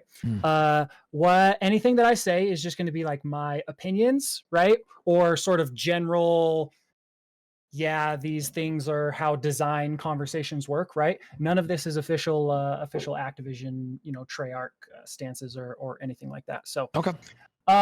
But that being said, it's absolutely something that we talked about. I think that queue times it's an interesting conversation because there's just so many factors that go into it. One, especially when we're talking about like big map ranked, right? Versus we like to look at like Apex and stuff like that. Apex has there's like, it's like 60 players, right? Is that, am I remembering correctly? Yeah. Apex is like 60 players. Like even adding, whether it's 100 players or 120 players or, whatever it is, like that makes a massive difference in like being able to get that many people of the same skill. Like, I don't even feel like that's pretty common, would be common sense, right? Like you have 250 players in the top 250, right? Like obviously it's not realistic to expect that even 50%, like that we're going to get 50 of those players, all playing at the same time and all queuing at the same time. And like, I'll be honest, I personally don't know that Call of Duty players would wait 20 minutes for a match. That's kind of just my personal opinion. That's a long queue for sure. I think Call of Duty players are also maybe like, come on, we play the arcade game, right? Like we're a lot more, I think our audience is probably a lot more impatient than like a League of Legends, like that you brought up. Like they really will wait like 45 minutes for their grandmaster queue or whatever it is, right? Like nobody's doing that. We got TikTok brain rot over here, bro. For real.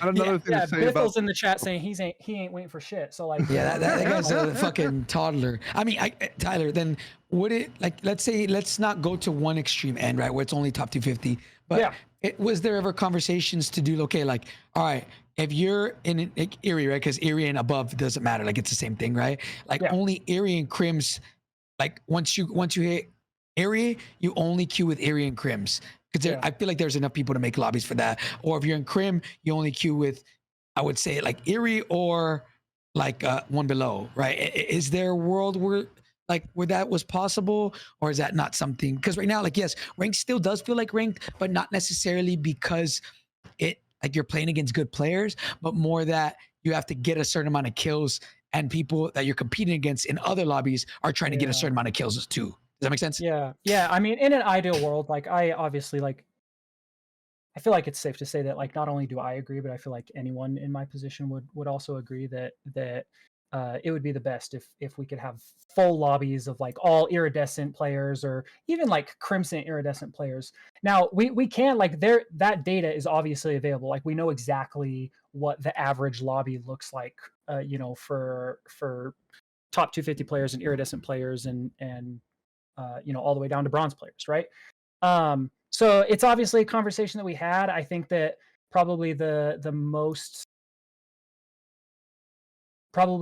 safest thing that I can say is that those conversations are had, and I think they kind of have to just make the decisions that taking all those factors versus, in terms of like making sure ranked is as competitive as it can be, taking into consideration like ping and queue times and the freedom to like play with your friends, which is kind of ties back into that, can iridescent play with bronze and silver players and stuff like that conversation.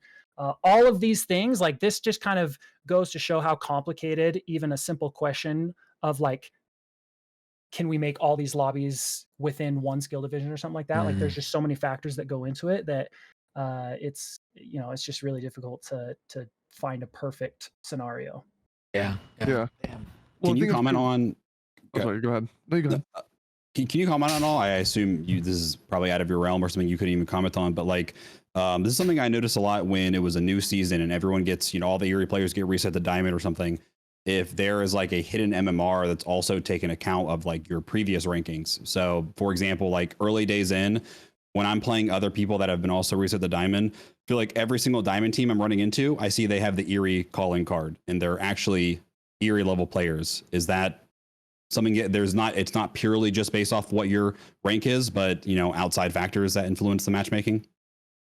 Yeah, I think that they're like the blogs that they released that had like all the information. I feel like I don't have any like additional insight outside of what they specifically said. Like I believe, correct me if I'm wrong here, but when like Ranked came out last year, whenever it first came out, like they said that like matchmaking is based on your current rank, right? Like they said that before. Yeah.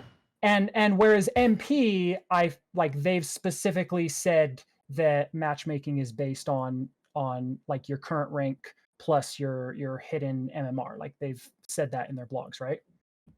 I have no idea about multiplayer. I don't recall, but yeah, I don't know. I've heard about that. I'm pretty sure that the blogs and stuff have said that. Like obviously Warzone, like 4v4 is so much different of a game than 60 players or 100 players or 120 players or whatever, right? And so short answer is I think what they've said publicly is true. I think that to sort of maybe go into what you're talking about, the players that are getting iridescent or that are getting top 250 or that are even getting crimson, those are also the most dedicated players. So like it's not really that surprising that day one launch comes out, you're going to see a ton of iridescent players in your lobby because like those are all the players that are getting on and playing day one, whereas like your diamond dads, right, are probably not getting on right at launch. You know what I'm saying? I love that. Yeah. Diamond dads. Diamond dads, bro.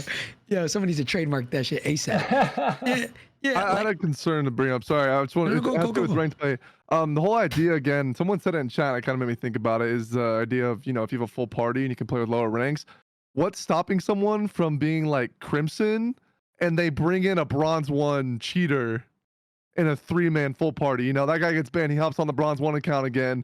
All right, bro, I'm almost iridescent. Like, just keep making accounts. We can keep playing no matter what. What stops that? Like, is there a way to stop that? Like, if that system is implemented, like, how would that look? Well, doesn't Warzone still have the minimal requirement of probably a certain number of wins, like they did with multi this year? They made Or it games 50 played. wins. Yeah, they'll definitely have something to stop like a brand new account from jumping in right away, right? Well, but yeah, I still feel like that could be a present issue in some way because people can buy accounts. Oh, this has 50 games played on it already. Stuff like that could occur. It's a free to play game too. Yeah. So I don't know if that could be an issue. I see that as an issue, but yeah, I mean, I think that it just goes into that same conversation. It's like, we call it kind of like competitive integrity, right? Like, how do we make sure that ranked matches are as competitive as possible and that they kind of like live up to a certain standard, but also like, how do we make sure that friends can play with their friends, right? Just kind of like what we started the conversation with. So it's one of those things that just discussions are had and decisions are made based on whether it's we think option A is better, option B is better, or a compromise option C is better, right? Yeah. Damn, boys. I don't know. I just hope, right, if it does come out this week, I honestly don't think it's gonna come out this week. Everybody keeps saying it is. Maybe somebody got intel. I'll be honest, I don't think it is, just because there's been no blog. And normally, don't they do? Oh, I guess it was Thanksgiving, right? So that could be why there was no blog. Might come out tomorrow or Tuesday if it did. Yeah, I feel like it'll come out tomorrow if Ranked Play's coming out. Which we'll obviously know. I just hope that here is what I think is gonna happen, which sucks, right? We're gonna get a lot of people don't like Resurgence Ranked. Like, it's not actually ranked, at least from the competitive side of players, right? It might be popular to the whole community, right? But what they're probably gonna do, this is what I hate, is they're gonna see the numbers for big map ranked and they're going to be down. Like, I'm telling you right now, like Big Map Ranked, if it does come out this week, will be lower than Rebirth Ranked in Modern Warfare 3. I feel like I could bet money on it, and I pray that they don't make a decision like, oh look, player counts were higher in Resurgence. We're going back to just all Resurgence ranked from now on, because I would be so genuinely think surprised. I think that's what's going to happen.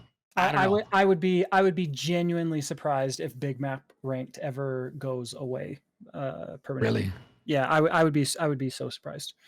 there's hope. Well, we got Verdansk coming too, right? So Yeah. Yeah. Verdansk, I'm pretty sure. I feel like Verdansk will be ranked. Like, there's no way they don't make Verdansk ranked. If they give us Area 99 ranked, I will fucking. yeah, I remember in Warzone 1 we were begging for ranked and Verdansk like so badly. Even as a Resurgence player myself, I want Big Map Ranked. Earlier this year, right? Like they publicly, like they all told everybody that it's like, hey, Resurgence Ranked comes out, and then we'll have Big Map Ranked coming out as well. Now, Big Map Ranked never ended up coming out. Yeah, last year, right? Like, technically it's coming out this year, right? So they didn't lie, right? But I think we can at least take from that the intention. They would like to have both Resurgence Ranked and BR Ranked coexist. Whether that's still the plan, I don't know. They obviously they said that was the plan earlier this year. So if nothing has changed, we can probably assume that might still be the plan. Obviously a lot, can have changed, but I don't think they're ever. I shouldn't say never. I would be surprised. I would be surprised if Big Map Ranked did end up going away in favor of Resurgence Ranked. So I guess, what are the decisions that, like, what type of things do you guys look at, right? Obviously past tense, like when it comes to deciding, can you have two maps have ranked at the same time? Can you have Resurgence Ranked and BR Ranked at the same time? Like, what is there certain, like, is it more player count? Is it more like will it be balanced? What type of things? No, 100%. Like, stop It's absolutely whether or not we think that we could support a healthy population of both, right? Because there's a lot of overlap. Like, you have Resurgence players, you have BR players, and then you have competitive players, and even competitive players, like, it's pretty safe to assume that, like, most competitive players, at least in my perspective, kind of lean towards BR because that's what the official competitive format has been, right? But, like, you have your Resurgence players that are, like, the best Resurgence players that they have been asking for Resurgence Ranked for forever, right? So you definitely have players that are, like, they're Resurgence Ranked players, then you have casual Resurgence players, then you have casual BR players, then you have BR Ranked players, and then you probably just have competitive players that kind of would just play whatever competitive format. So you see what I'm saying? It's like we all of a sudden start to segment players a lot, and it's like, can we support a healthy enough population to make sure that, if we did have Resurgence Ranked and BR Ranked all at the same time, can those actually coexist? And can we actually have, like we were just talking about, it's like, hey, like, iridescent players are in lobbies with silver players, but it's like, are we able to, like, would that get even worse if we all of a sudden are splitting players with Resurgence Ranked? So, like, those are the kind of conversations that we have to try to make decisions like that. Here's my thing. I think if they were going to do Resurgence Ranked again, let's say they do, hopefully not. I mean, I'm kind of a Resurgence guy, but even was glazing Resurgence Ranked. I liked it. Besides losing to 200 cheaters in the top 250, that was miserable. But I think that, like, if they're going to do Resurgence Ranked, they need to do some kind of competitive Resurgence tournament, or like with qualifiers. Like, they need to do another CDLR. You can't just, like, throw this mode in the game that has no competitive structure, because there's nothing that, like, what are we playing for? We're just playing for a number. I mean, I'm losing it to cheaters anyways. It doesn't really matter. So it's like, there needs to be something that, like, people are playing for. Whereas, like, Big Map Rank, we have Big Map Rank because that's the preparation for quote unquote World Series of Warzone. You could give the casuals that feel that, like, oh, like, I get on Big Map Ranked and, like, I'm gonna go for World Series this year. Like, I'm gonna do it. Like, this, like, at least that little, I don't know. I mean, players like competitive stuff no matter what. Like there's way more players that, like, no aspirations for CDL, no aspirations for Warzone, but, like, they just like a competitive environment. They just like a competitive game, right? And so, yeah, I mean, there's definitely, like I said, there's definitely an audience for all of these things. It's just whether or not Yeah. Yeah. I had a quick question too. In terms of format, was there ever any like contemplation about like solos or solo queuing or like, Bro, yeah, like because I think there's a lot of solo diehards, like the Irons or those types of people, or even Metaphor, where they're like solo grinders, and they would play that. And there's a lot of players like in the community that aren't content creators; they're just gamers. They love solos, like they love everything about it. totally. Yeah, I would die for a solo ranked, man. That'd be Like sick.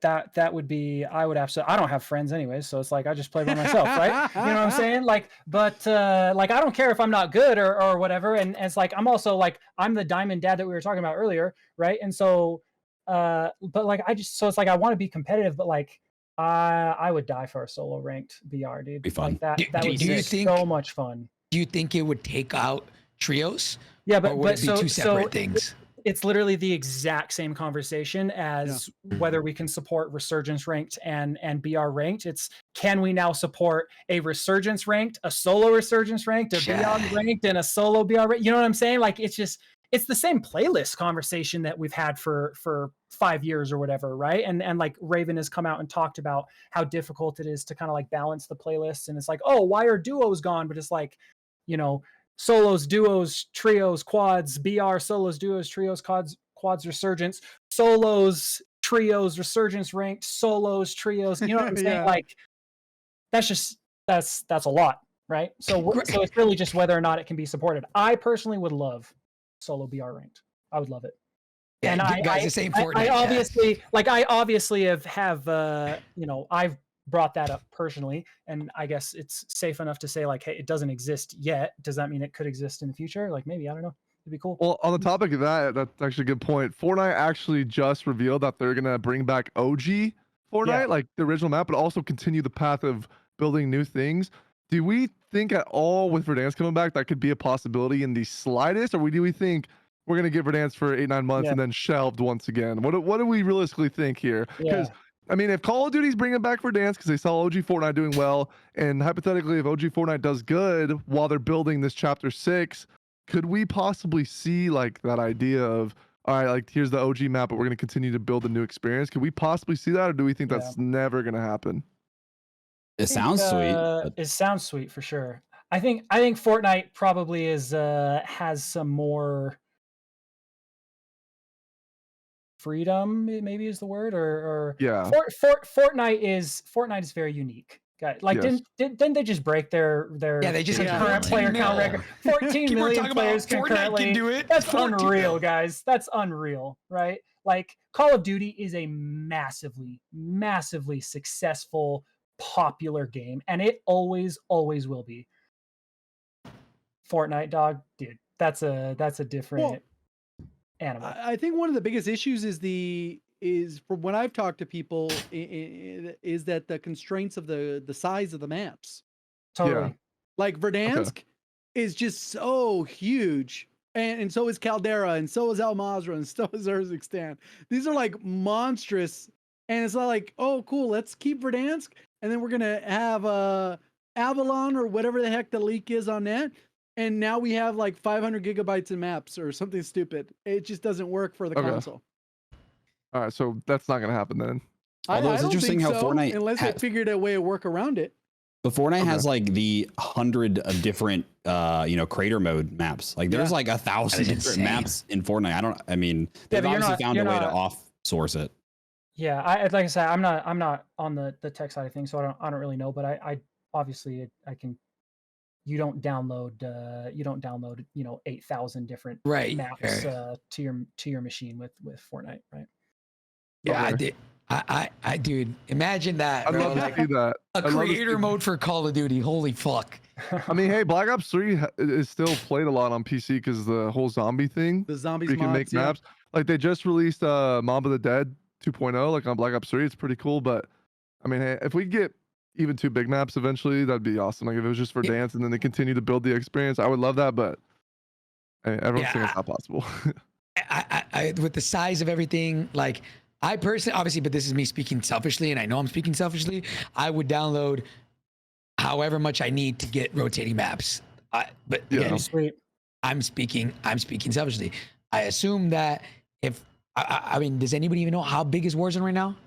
Does anybody know even a I can check general right now. idea? It's over 100 gigs. It's like Large. 160 or something, 170. If you just have the game by itself, maybe 147 or something. Hey, I would download 300 gigs to get 2 maps rotating. You know what I'm saying? I know. I'm speaking selfishly. Yeah, somebody says 165. It's less than 200. And we think Damn. Big Map takes like a big chunk of that for sure. I don't know. I'm just asking 'cause I don't know. Oh, if you things said like that's this- Warzone only, right? That's Warzone only. That's without downloading the Multiplayer, current okay. multiplayer and zombies, Zombies and campaign. then campaign and Spec Ops for a game that's 5 years old that somehow you need to download that patch to make the game work right. I don't know. Okay. I'm just playing. Dude, listen, man. I hope one day they give us back Al Mazrah. Even though mechanics great were map. horrible, I have a question. All right, I have a question. So, right. how come when we got this Urzikstan, like, maybe it's a question Tyler can answer. How come were they able to choose whatever map, or did they have to go from last year's map, Modern Warfare 3, to the new Black Ops 6 integration? Did they have to do Urzikstan, or could they have done like Al Mazrah or like something else? You know what I'm saying? Like, why Urzikstan? Because it feels like they changed. We were talking about the scaling and stuff, like with the game. Like, obviously the things are different. Could they have possibly done Al Mazrah? I think for whatever reason that Verdansk didn't come out this year is probably the same reason why they couldn't have done something like Al Mazrah. And this is just Okay. me making assumptions, right? Like I found out the same time as all of you that Urzikstan was going to be the map this year. Like, yeah, I don't. Got it. Okay. I would just Makes sense. assume that just a, Yeah, that's a actually a time good thing. point. Like they're not going to put the effort into bringing back an old map Right. that I just didn't wasn't know what kind Verdansk of when they already said- resources. I just didn't know what kind of resources went into like bringing Urzikstan to the Black Ops 6 like Yeah. integration. So I didn't know if it was like pretty, if it would have just taken like the same amount of resources to just do Al Mazrah instead of Urzikstan. But I guess that makes sense because Yeah, they even I don't know. they Probably even brought not. back an older version of Urzikstan. So I was like, okay, why didn't they just bring back an old map in Al Mazrah? But okay. I wonder. I'm gonna just stick with I don't really know. I could make some assumptions, but I don't know how Yeah, no, accurate they for are, sure. and I don't want to have them be clipped out of context. No, that makes So, sense. Yeah, Yeah. I don't know for sure. Yeah. Okay. All right. Yeah. I mean, fellas, I think for me, I've gotten all my questions. I like that I had specifically for ranked, right? But then we talked about everything. I hope that ranked actually feels like ranked if it does come out Thursday. Tyler, did you have any? Did you work on this specific Warzone ranked, or was it not during your time? And if you can't answer that, that's okay. No, 100%. Like I said, this is one of the last things that I worked on is like everything that has to do with ranked this year, both on MP and Warzone side. I started all that work. So not much is like all of the information about this is all stuff that I worked on. So W. Okay, cool. I'm excited then. Yeah, again, I hope that for me, I want it to feel like ranked. For me personally, I've done every single ranked for, I would say like 85% of the seasons. I didn't really play too much of Resurgence ranked too much with it. Rebirth, that shit got boring. But like BR ranked, I did every season. Though I think my favorite one is like the second one, where I don't know what it was a big change that I really didn't like, but there was a point where it literally felt like, yo, I was like, this is the most exactly what you're competitive. talking about. You know what I'm talking about? It was in I know Warzone exactly 2. what you're talking about. It was something, it was like the second iteration of it. I was like, bro, this feels damn near perfect. And then the very next one, I think 3, they changed it completely. Horrible, right? It was like Yeah. Dongi was at like 60,000 SR or something. Yeah, it was like way Yeah. too easy. But Tyler, if you can recollect the memory, what was the one? No, they changed the SR, like what that was me, right? We changed the SR values, like those first 3 seasons that Warzone Rank came out, like we changed the SR values like every season, right? Like we tweaked them to kind of try to find that balance. Because like I said, like it's so much different from MP, where MP we get that very binary win-loss, and like doing a rank system based on that, there's a lot of things that there's an advantage to that. Whereas like a rank system for a BR is a lot more, there's just so much more that goes into it. And so we're essentially I think the most that I can probably say about it is that like we were looking at the distribution, like where we planned for it to end up, like where we wanted it to be a normal ranked distribution, right? Like every game has their thing where it's like, oh yeah, top Gold. 0.1% is top 250, top 1% is iridescent, top 5% is crimson, whatever it happens to be, right?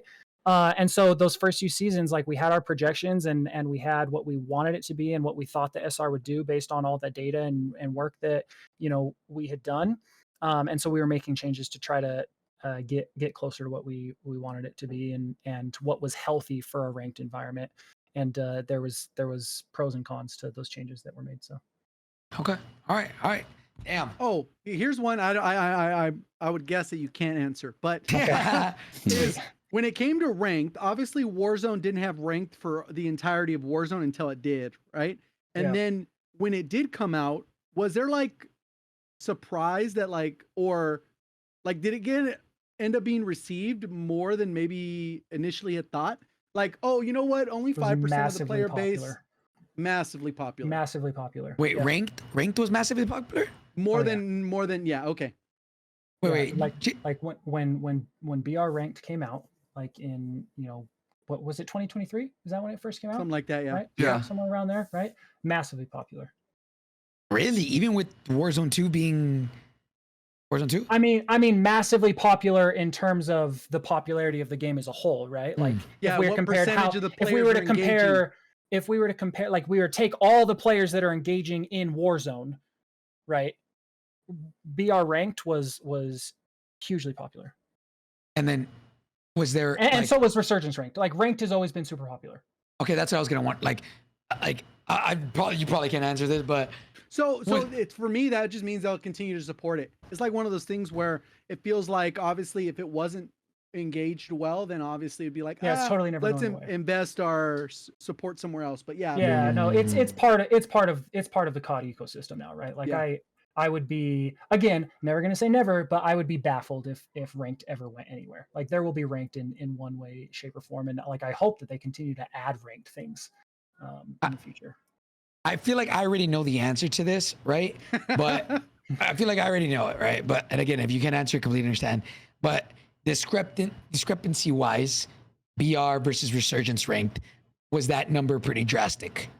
I'll be honest, I don't remember. Even if I wanted to answer, I don't remember. BR Ranked was I could throw out numbers that I think they might would have been that they were, but again, I don't think that was public data, so I'm going to try not to. Yeah, I wouldn't. I don't need. Yeah, I was just wondering, like I guess what my hope is that they never bring back Resurgence Ranked ever again. That's what my hope. Again, if I were to make a guess, right? If I were to make a guess, BR Ranked is here. That's what's coming out. They've commented on that.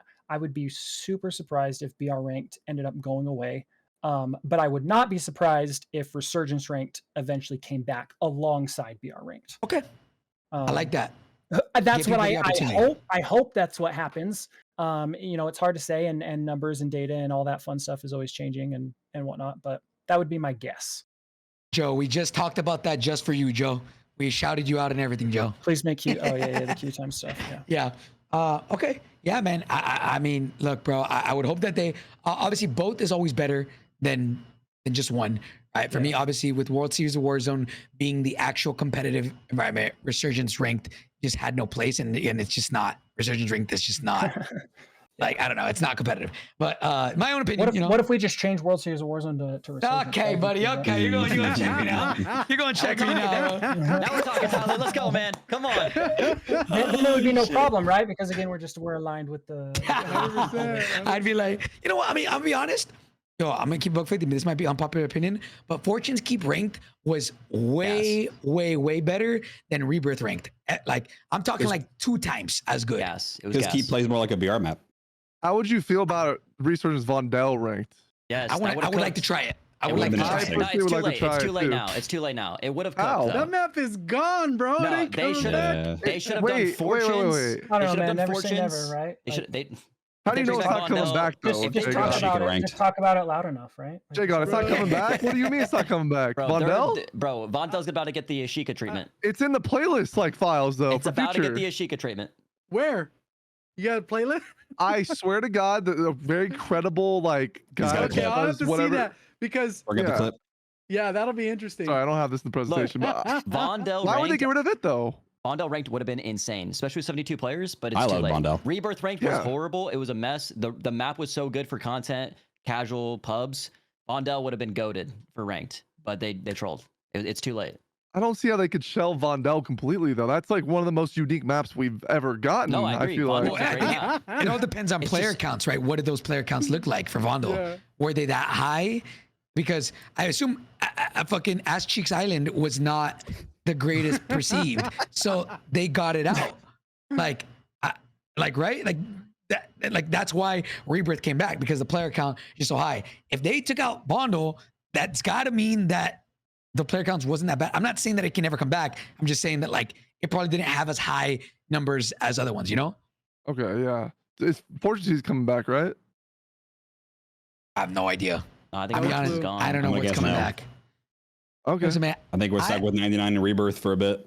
I love Area 99. I'm gonna keep buck Yeah, 50, 99's good. I like it. but I don't want. I want rank to be on BR, whatever World Series of Warzone. You know what? Fuck it. If they change World Series of Warzone Resurgence, give me back Resurgence fucking rank, bro. Hey, you know. Yeah, I guess that's what I'm saying. Like, if we get a Resurgence ranked, like throw in a CDLR. I'm not talking about EWC because that's a whole third party, but they got to do like a big CDLR type of Resurgence tournament if they're going to do Resurgence ranked, in my opinion. Which we do have EWC. Yeah, But I know that's at the not really that's a third directly- party. yeah, That's what I'm saying. Yeah. All right. Well, fellas, I think we cooked today, man. Today was a great fucking pod.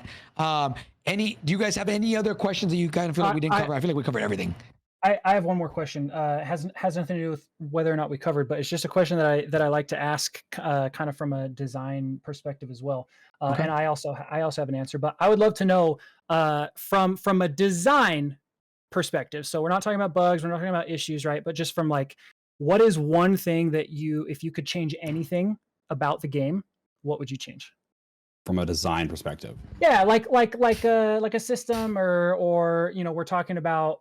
I mean, obviously, someone's probably going to say, friggin' MW19 movement or whatever, but like stuff like that. Like, if you could Mine just is change a design specifically thing. the weapon bob and visual shake the guns have. I would agree. If I had to narrow it down to one, it would be that, and then the close second is just the snappiness in movement, not necessarily movement speed or anything, just the responsiveness. Okay. Yeah, visual recoil is pretty ass. I can't lie. It's so bad. I wish- think that I wish we had opens up the horizontal mouse and and, like- keyboard players back. I think it's like a whole population that's been like shunted away from this game. I was actually watching like Cold War like integration gameplay the other day, like with the EM2, and like Those the fact things that are crazy. the fact that we only had to control like vertical and horizontal recoil was like the best. Like, I don't know. You know, because you guys covered that, I'm gonna say like instant, no penalties, pretty much. Modern Warfare 2019 didn't have Yeah, penalties. bunny hopping, drop shotting. Just delays and shit. Delays in Oh, movement. so That'd be mine. still movement. You guys are such movement junkies. Jeez. It's Man, such a like- major component of the game. Okay, fine. Wait. Hunter, did you say what you would change? Honestly, I don't really know, man. I'm not like that deep in that side. Would you consider lighting game design at all, or because man, I think lighting's been a major issue for a minute. I don't know if that takes into account at all, but it's kind of All right, well, I don't let know. me give you guys an I don't have example. anything to Okay, say. this is what I would change. I would weapon leveling would be gone. I would Oh. take out. I would Oh, take yeah, out. yeah. I would forgot. take Okay, yeah, out. that's what I'd say actually. Yeah, that'd be my thing. Weapon leveling would be gone specifically for Warzone, right? Like Yeah, I think my okay, yeah. least favorite thing about Warzone is that I have to level weapons, and like it's almost even worse with Prestige because again, I'll bring back the Diamond Dads into the conversation, right? Like we're not max prestige. We're not prestige master already. In fact, like most of the players won't get past freaking prestige 2 or 3, right? If they prestige at all. And so like having to level weapons, especially in Warzone where it's like you don't spawn in with a weapon and like leveling them is even harder because like for most players they don't even have them for a huge portion of the game. It's And so battle annoying passes and no other BR is like that. Like it obviously like it kind of makes sense in MP, but I would even remove it in MP. Yeah. I think there's obviously progression is important and like giving players something to progress is important, but I almost feel like we kind of took a step towards that this year in that camos are not tied to weapon level. Like there's a separate way to progress camos with weapons. Like I feel like that is that is good enough. Even if you made it longer, like even if you made that take the weapon leveling kind of progression, you know, sort of push, like how long weapon leveling takes right now. Like even if you swapped the time so you still had something for players to grind towards. I just hate weapon leveling. Like No, it's I the agree. worst. I think I like agree. progression should only be like cosmetic. Like you're working towards a skin or camos or whatever. And like I feel like weapon leveling only hurts Crosshairs. the people that don't play the game that much. Like people that like do this for their job, whatever. Like obviously, like it doesn't really matter. Like you get on the game anyways, you use the guns. But yeah, weapon leveling it's stupid. I feel like cosmetic stuff should be cool. Like there's something that looking at a person and be like, oh damn, they have that skin that they had to get this amount of kills for or whatever. So yeah, I don't know. I agree with that. Well, it's crazy Yeah. how like even, you know, most of us in here, like, you know, we're full-time content creators and like I have dark matter, but I am nowhere near having all my guns max level. So imagine that from one of the diamond dads. Like they might have 2 or 3 guns that are even close to max level. And even then it's just like, oh, like there's an update, there's some new meta gun. And it's like, all right, well now there's another 8 hours I got to drop in just to max level this one gun just so I can play with it in Warzone. So yeah, it's just a huge barrier to entry. And not to mention that this year is significantly harder than any year it's ever been to level up guns, which I thought was a bug, but Especially if you don't own Warzone. Because like previously. No. MW I 2019 was and gonna Vanguard say- were significantly worse? slower. Really? 71 levels, bro. 100%. Yeah, 100%. This yeah, is more not the worst levels, it's but ever been. It didn't I think feel that long against the backdrop of MW3, where it's like you could level a weapon in 2 matches. You know what I'm saying? Yeah, like, yeah. Maybe That's why. why. Relative, That's 'cause why it 22 feels levels, so yeah. bad. That's why it feels so bad. And I'd be Well, okay with the Cold War MW3 was if it's pretty legit, slow. like Cold a few War was pretty matches. slow too. You had to get to level 55 on all the guns. They Yeah, actually Cold War was lowered the slow. leveling. Yeah, I'm trying to think, like, even though it's 70 levels, but like what was the time to fully unlock? Yeah, like in it might be. MW 2019, it was 7 to 8 hours, no double XP. And this game, do we know I feel like it's around 2 hours with double XP. what? Yeah, Is it I that think- fast? I think it's like 5 to 6 hours without double XP. And again, you're. and I'm min maxing We gotta- for 2 hours. I would say so we got to think realistically- about perspective, right? Like everyone in here, not only are they top fragging every match, which means they're going to level up a little bit faster, right? The average player is not doing not. that, so it's taking them even longer. Damn, if Modern Warfare 2019 was longer, that's actually insane. I can't even. believe it. MW19 was also out for several months prior to Warzone, so I did feel like more people yeah. went into Warzone already having guns max level Yeah. versus okay. like being rushed. You know, you have Makes 2 sense. weeks to get your guns leveled up before Warzone drops. True. Okay. Yeah, I didn't even think of that. Anyways, fellas. W fucking pod. I think we went over all the biggest issues in the game right now. Went over audio cheaters, weapon bob, fucking animations, ranked, everything, networking. We went over everything. There's a lot to be fixed, man. And I really do hope that by the time Verdansk comes out, this shit is in a good state. I had don't a know. quick question that maybe you'll be able to answer. So with certain updates, I know certain things are tied to certain types of updates, whether it's a playlist update, or they do like a full-on title update where you got to download 10 gigs. Like, Yeah. Are there a lot of these things that can be fixed without the title update that you would be aware of? I mean, if you had to, like, obviously you'd have to go case by case, but in Yeah. general, like, do we have to wait for this mega update that's going to happen on the mid-season?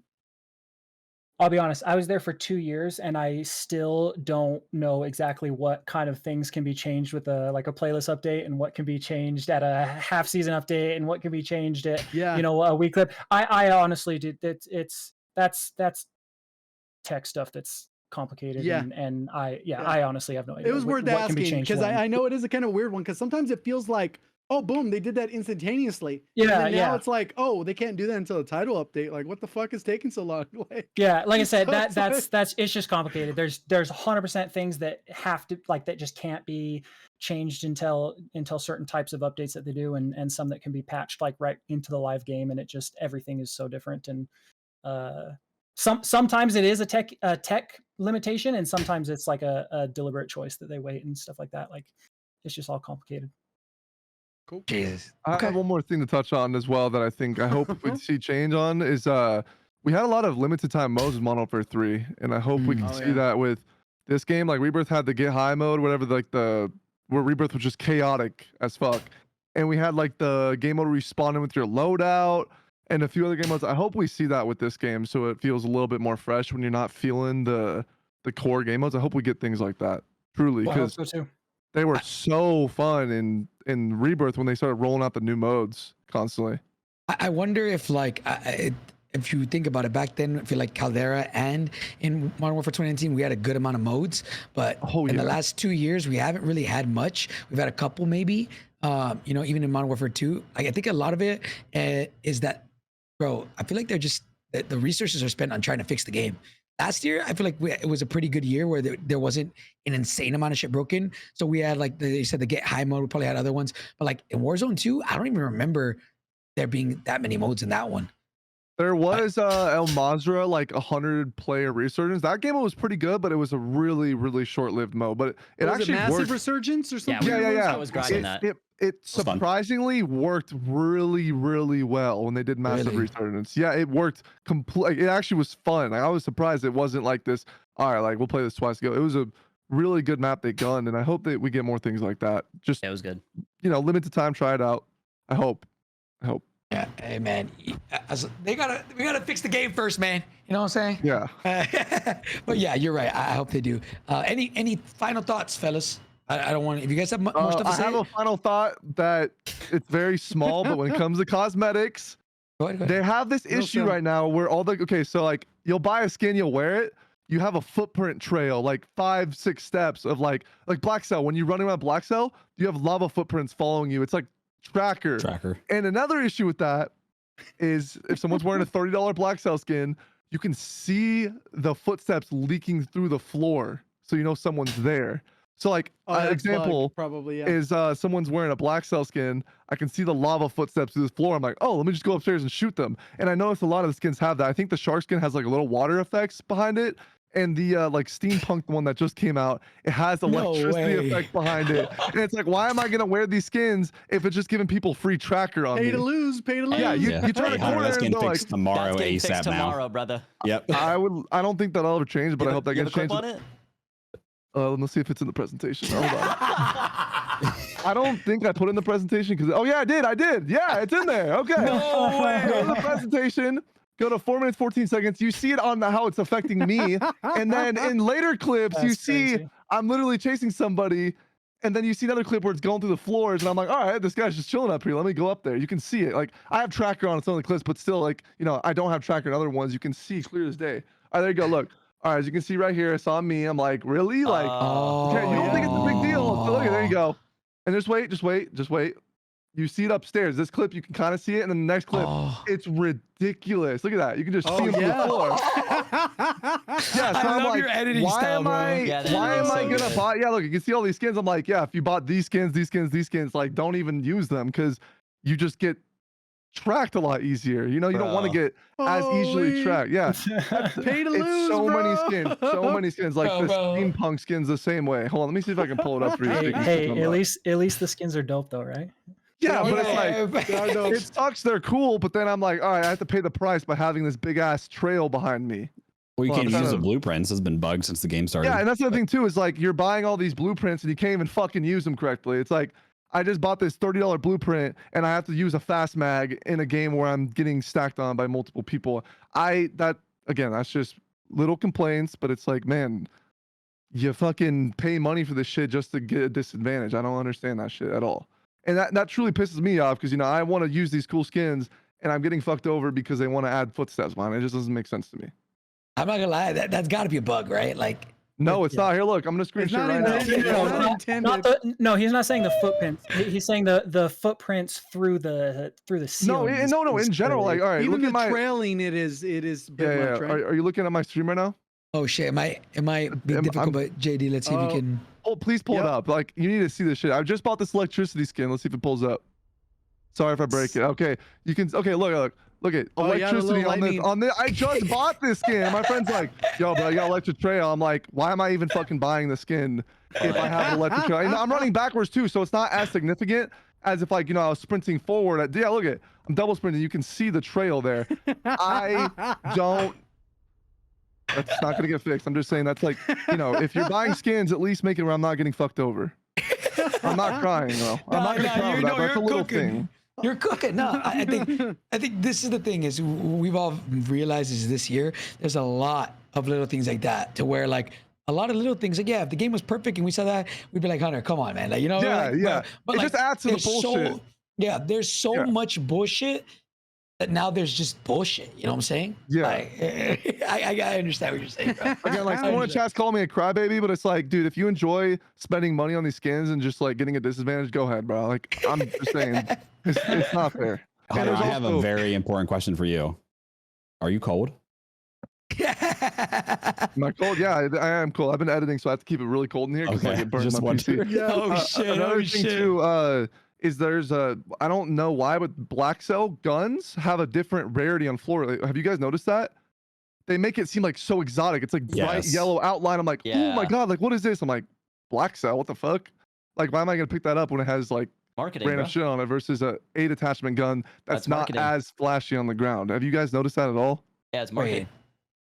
Okay, so when a gun's down on the ground, green rarity, blue rarity. Black cell has bright ass like please pick me up yellow outline to it.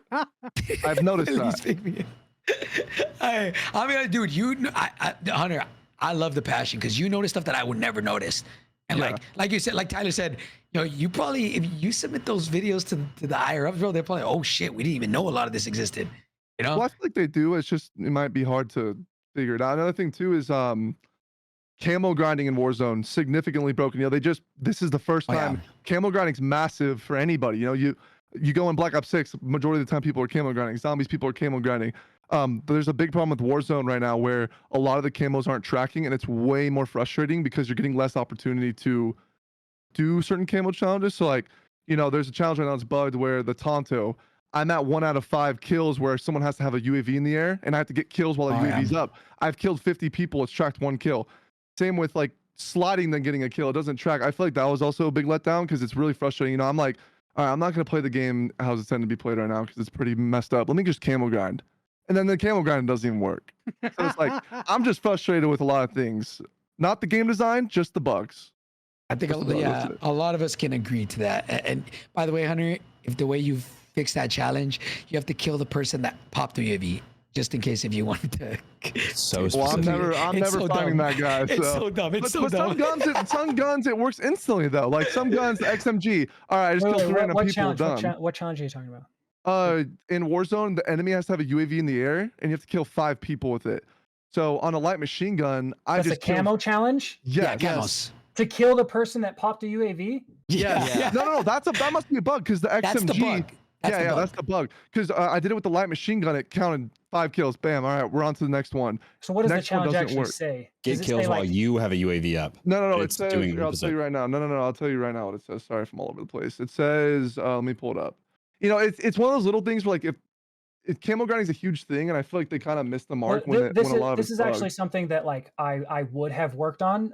Not Oh. camos. Like they did these. I'm not saying I was the person that specifically did this, Yeah. right? But like the team that I was on, like we did like challenges and stuff like that. Like all of we call them sticker book challenges. Like all of the challenges that you can go to like the barracks and look at like your Yeah, the calling cards. the calling Yeah, card challenges. okay. Thank you. I have a Like pull up, those it are says- challenges that like I worked on, right? And so the challenge stuff is super interesting. It totally sounds like a bug because Yeah, it says get 5 kills while under an enemy UAV. And so with the light machine gun, did it no Oh, problem. I interesting. tried doing the Tano, doesn't work. Another one, Repullze, I don't know if you know how to fix it. Sliding, then getting a kill immediately after, that's not tracking either.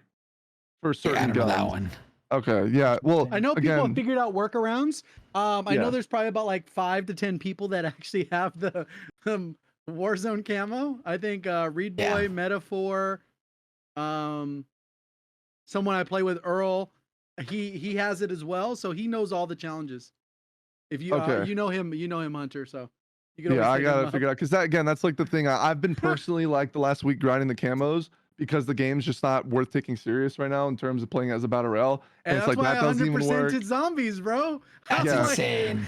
I personally like I'm not a huge fan of challenges that are designed like that where it's like if you like I feel like the best kind of challenges are ones that's like you're passively going to earn them, like for example like the headshots are a really good example of like Yeah. camo challenges because like you're you could not even know they exist, and you're eventually going to passively like earn them. But also, like, if you want to chase camos, like, it's not hard to like specifically alter your gameplay to like, oh, I'm going to pay a little bit Min-max. more attention, like I'm going to min max and you know, pay specific attention to headshots or whatever. But like stuff like kills while under an enemy UAV, like that's outside of your control. Like you can't.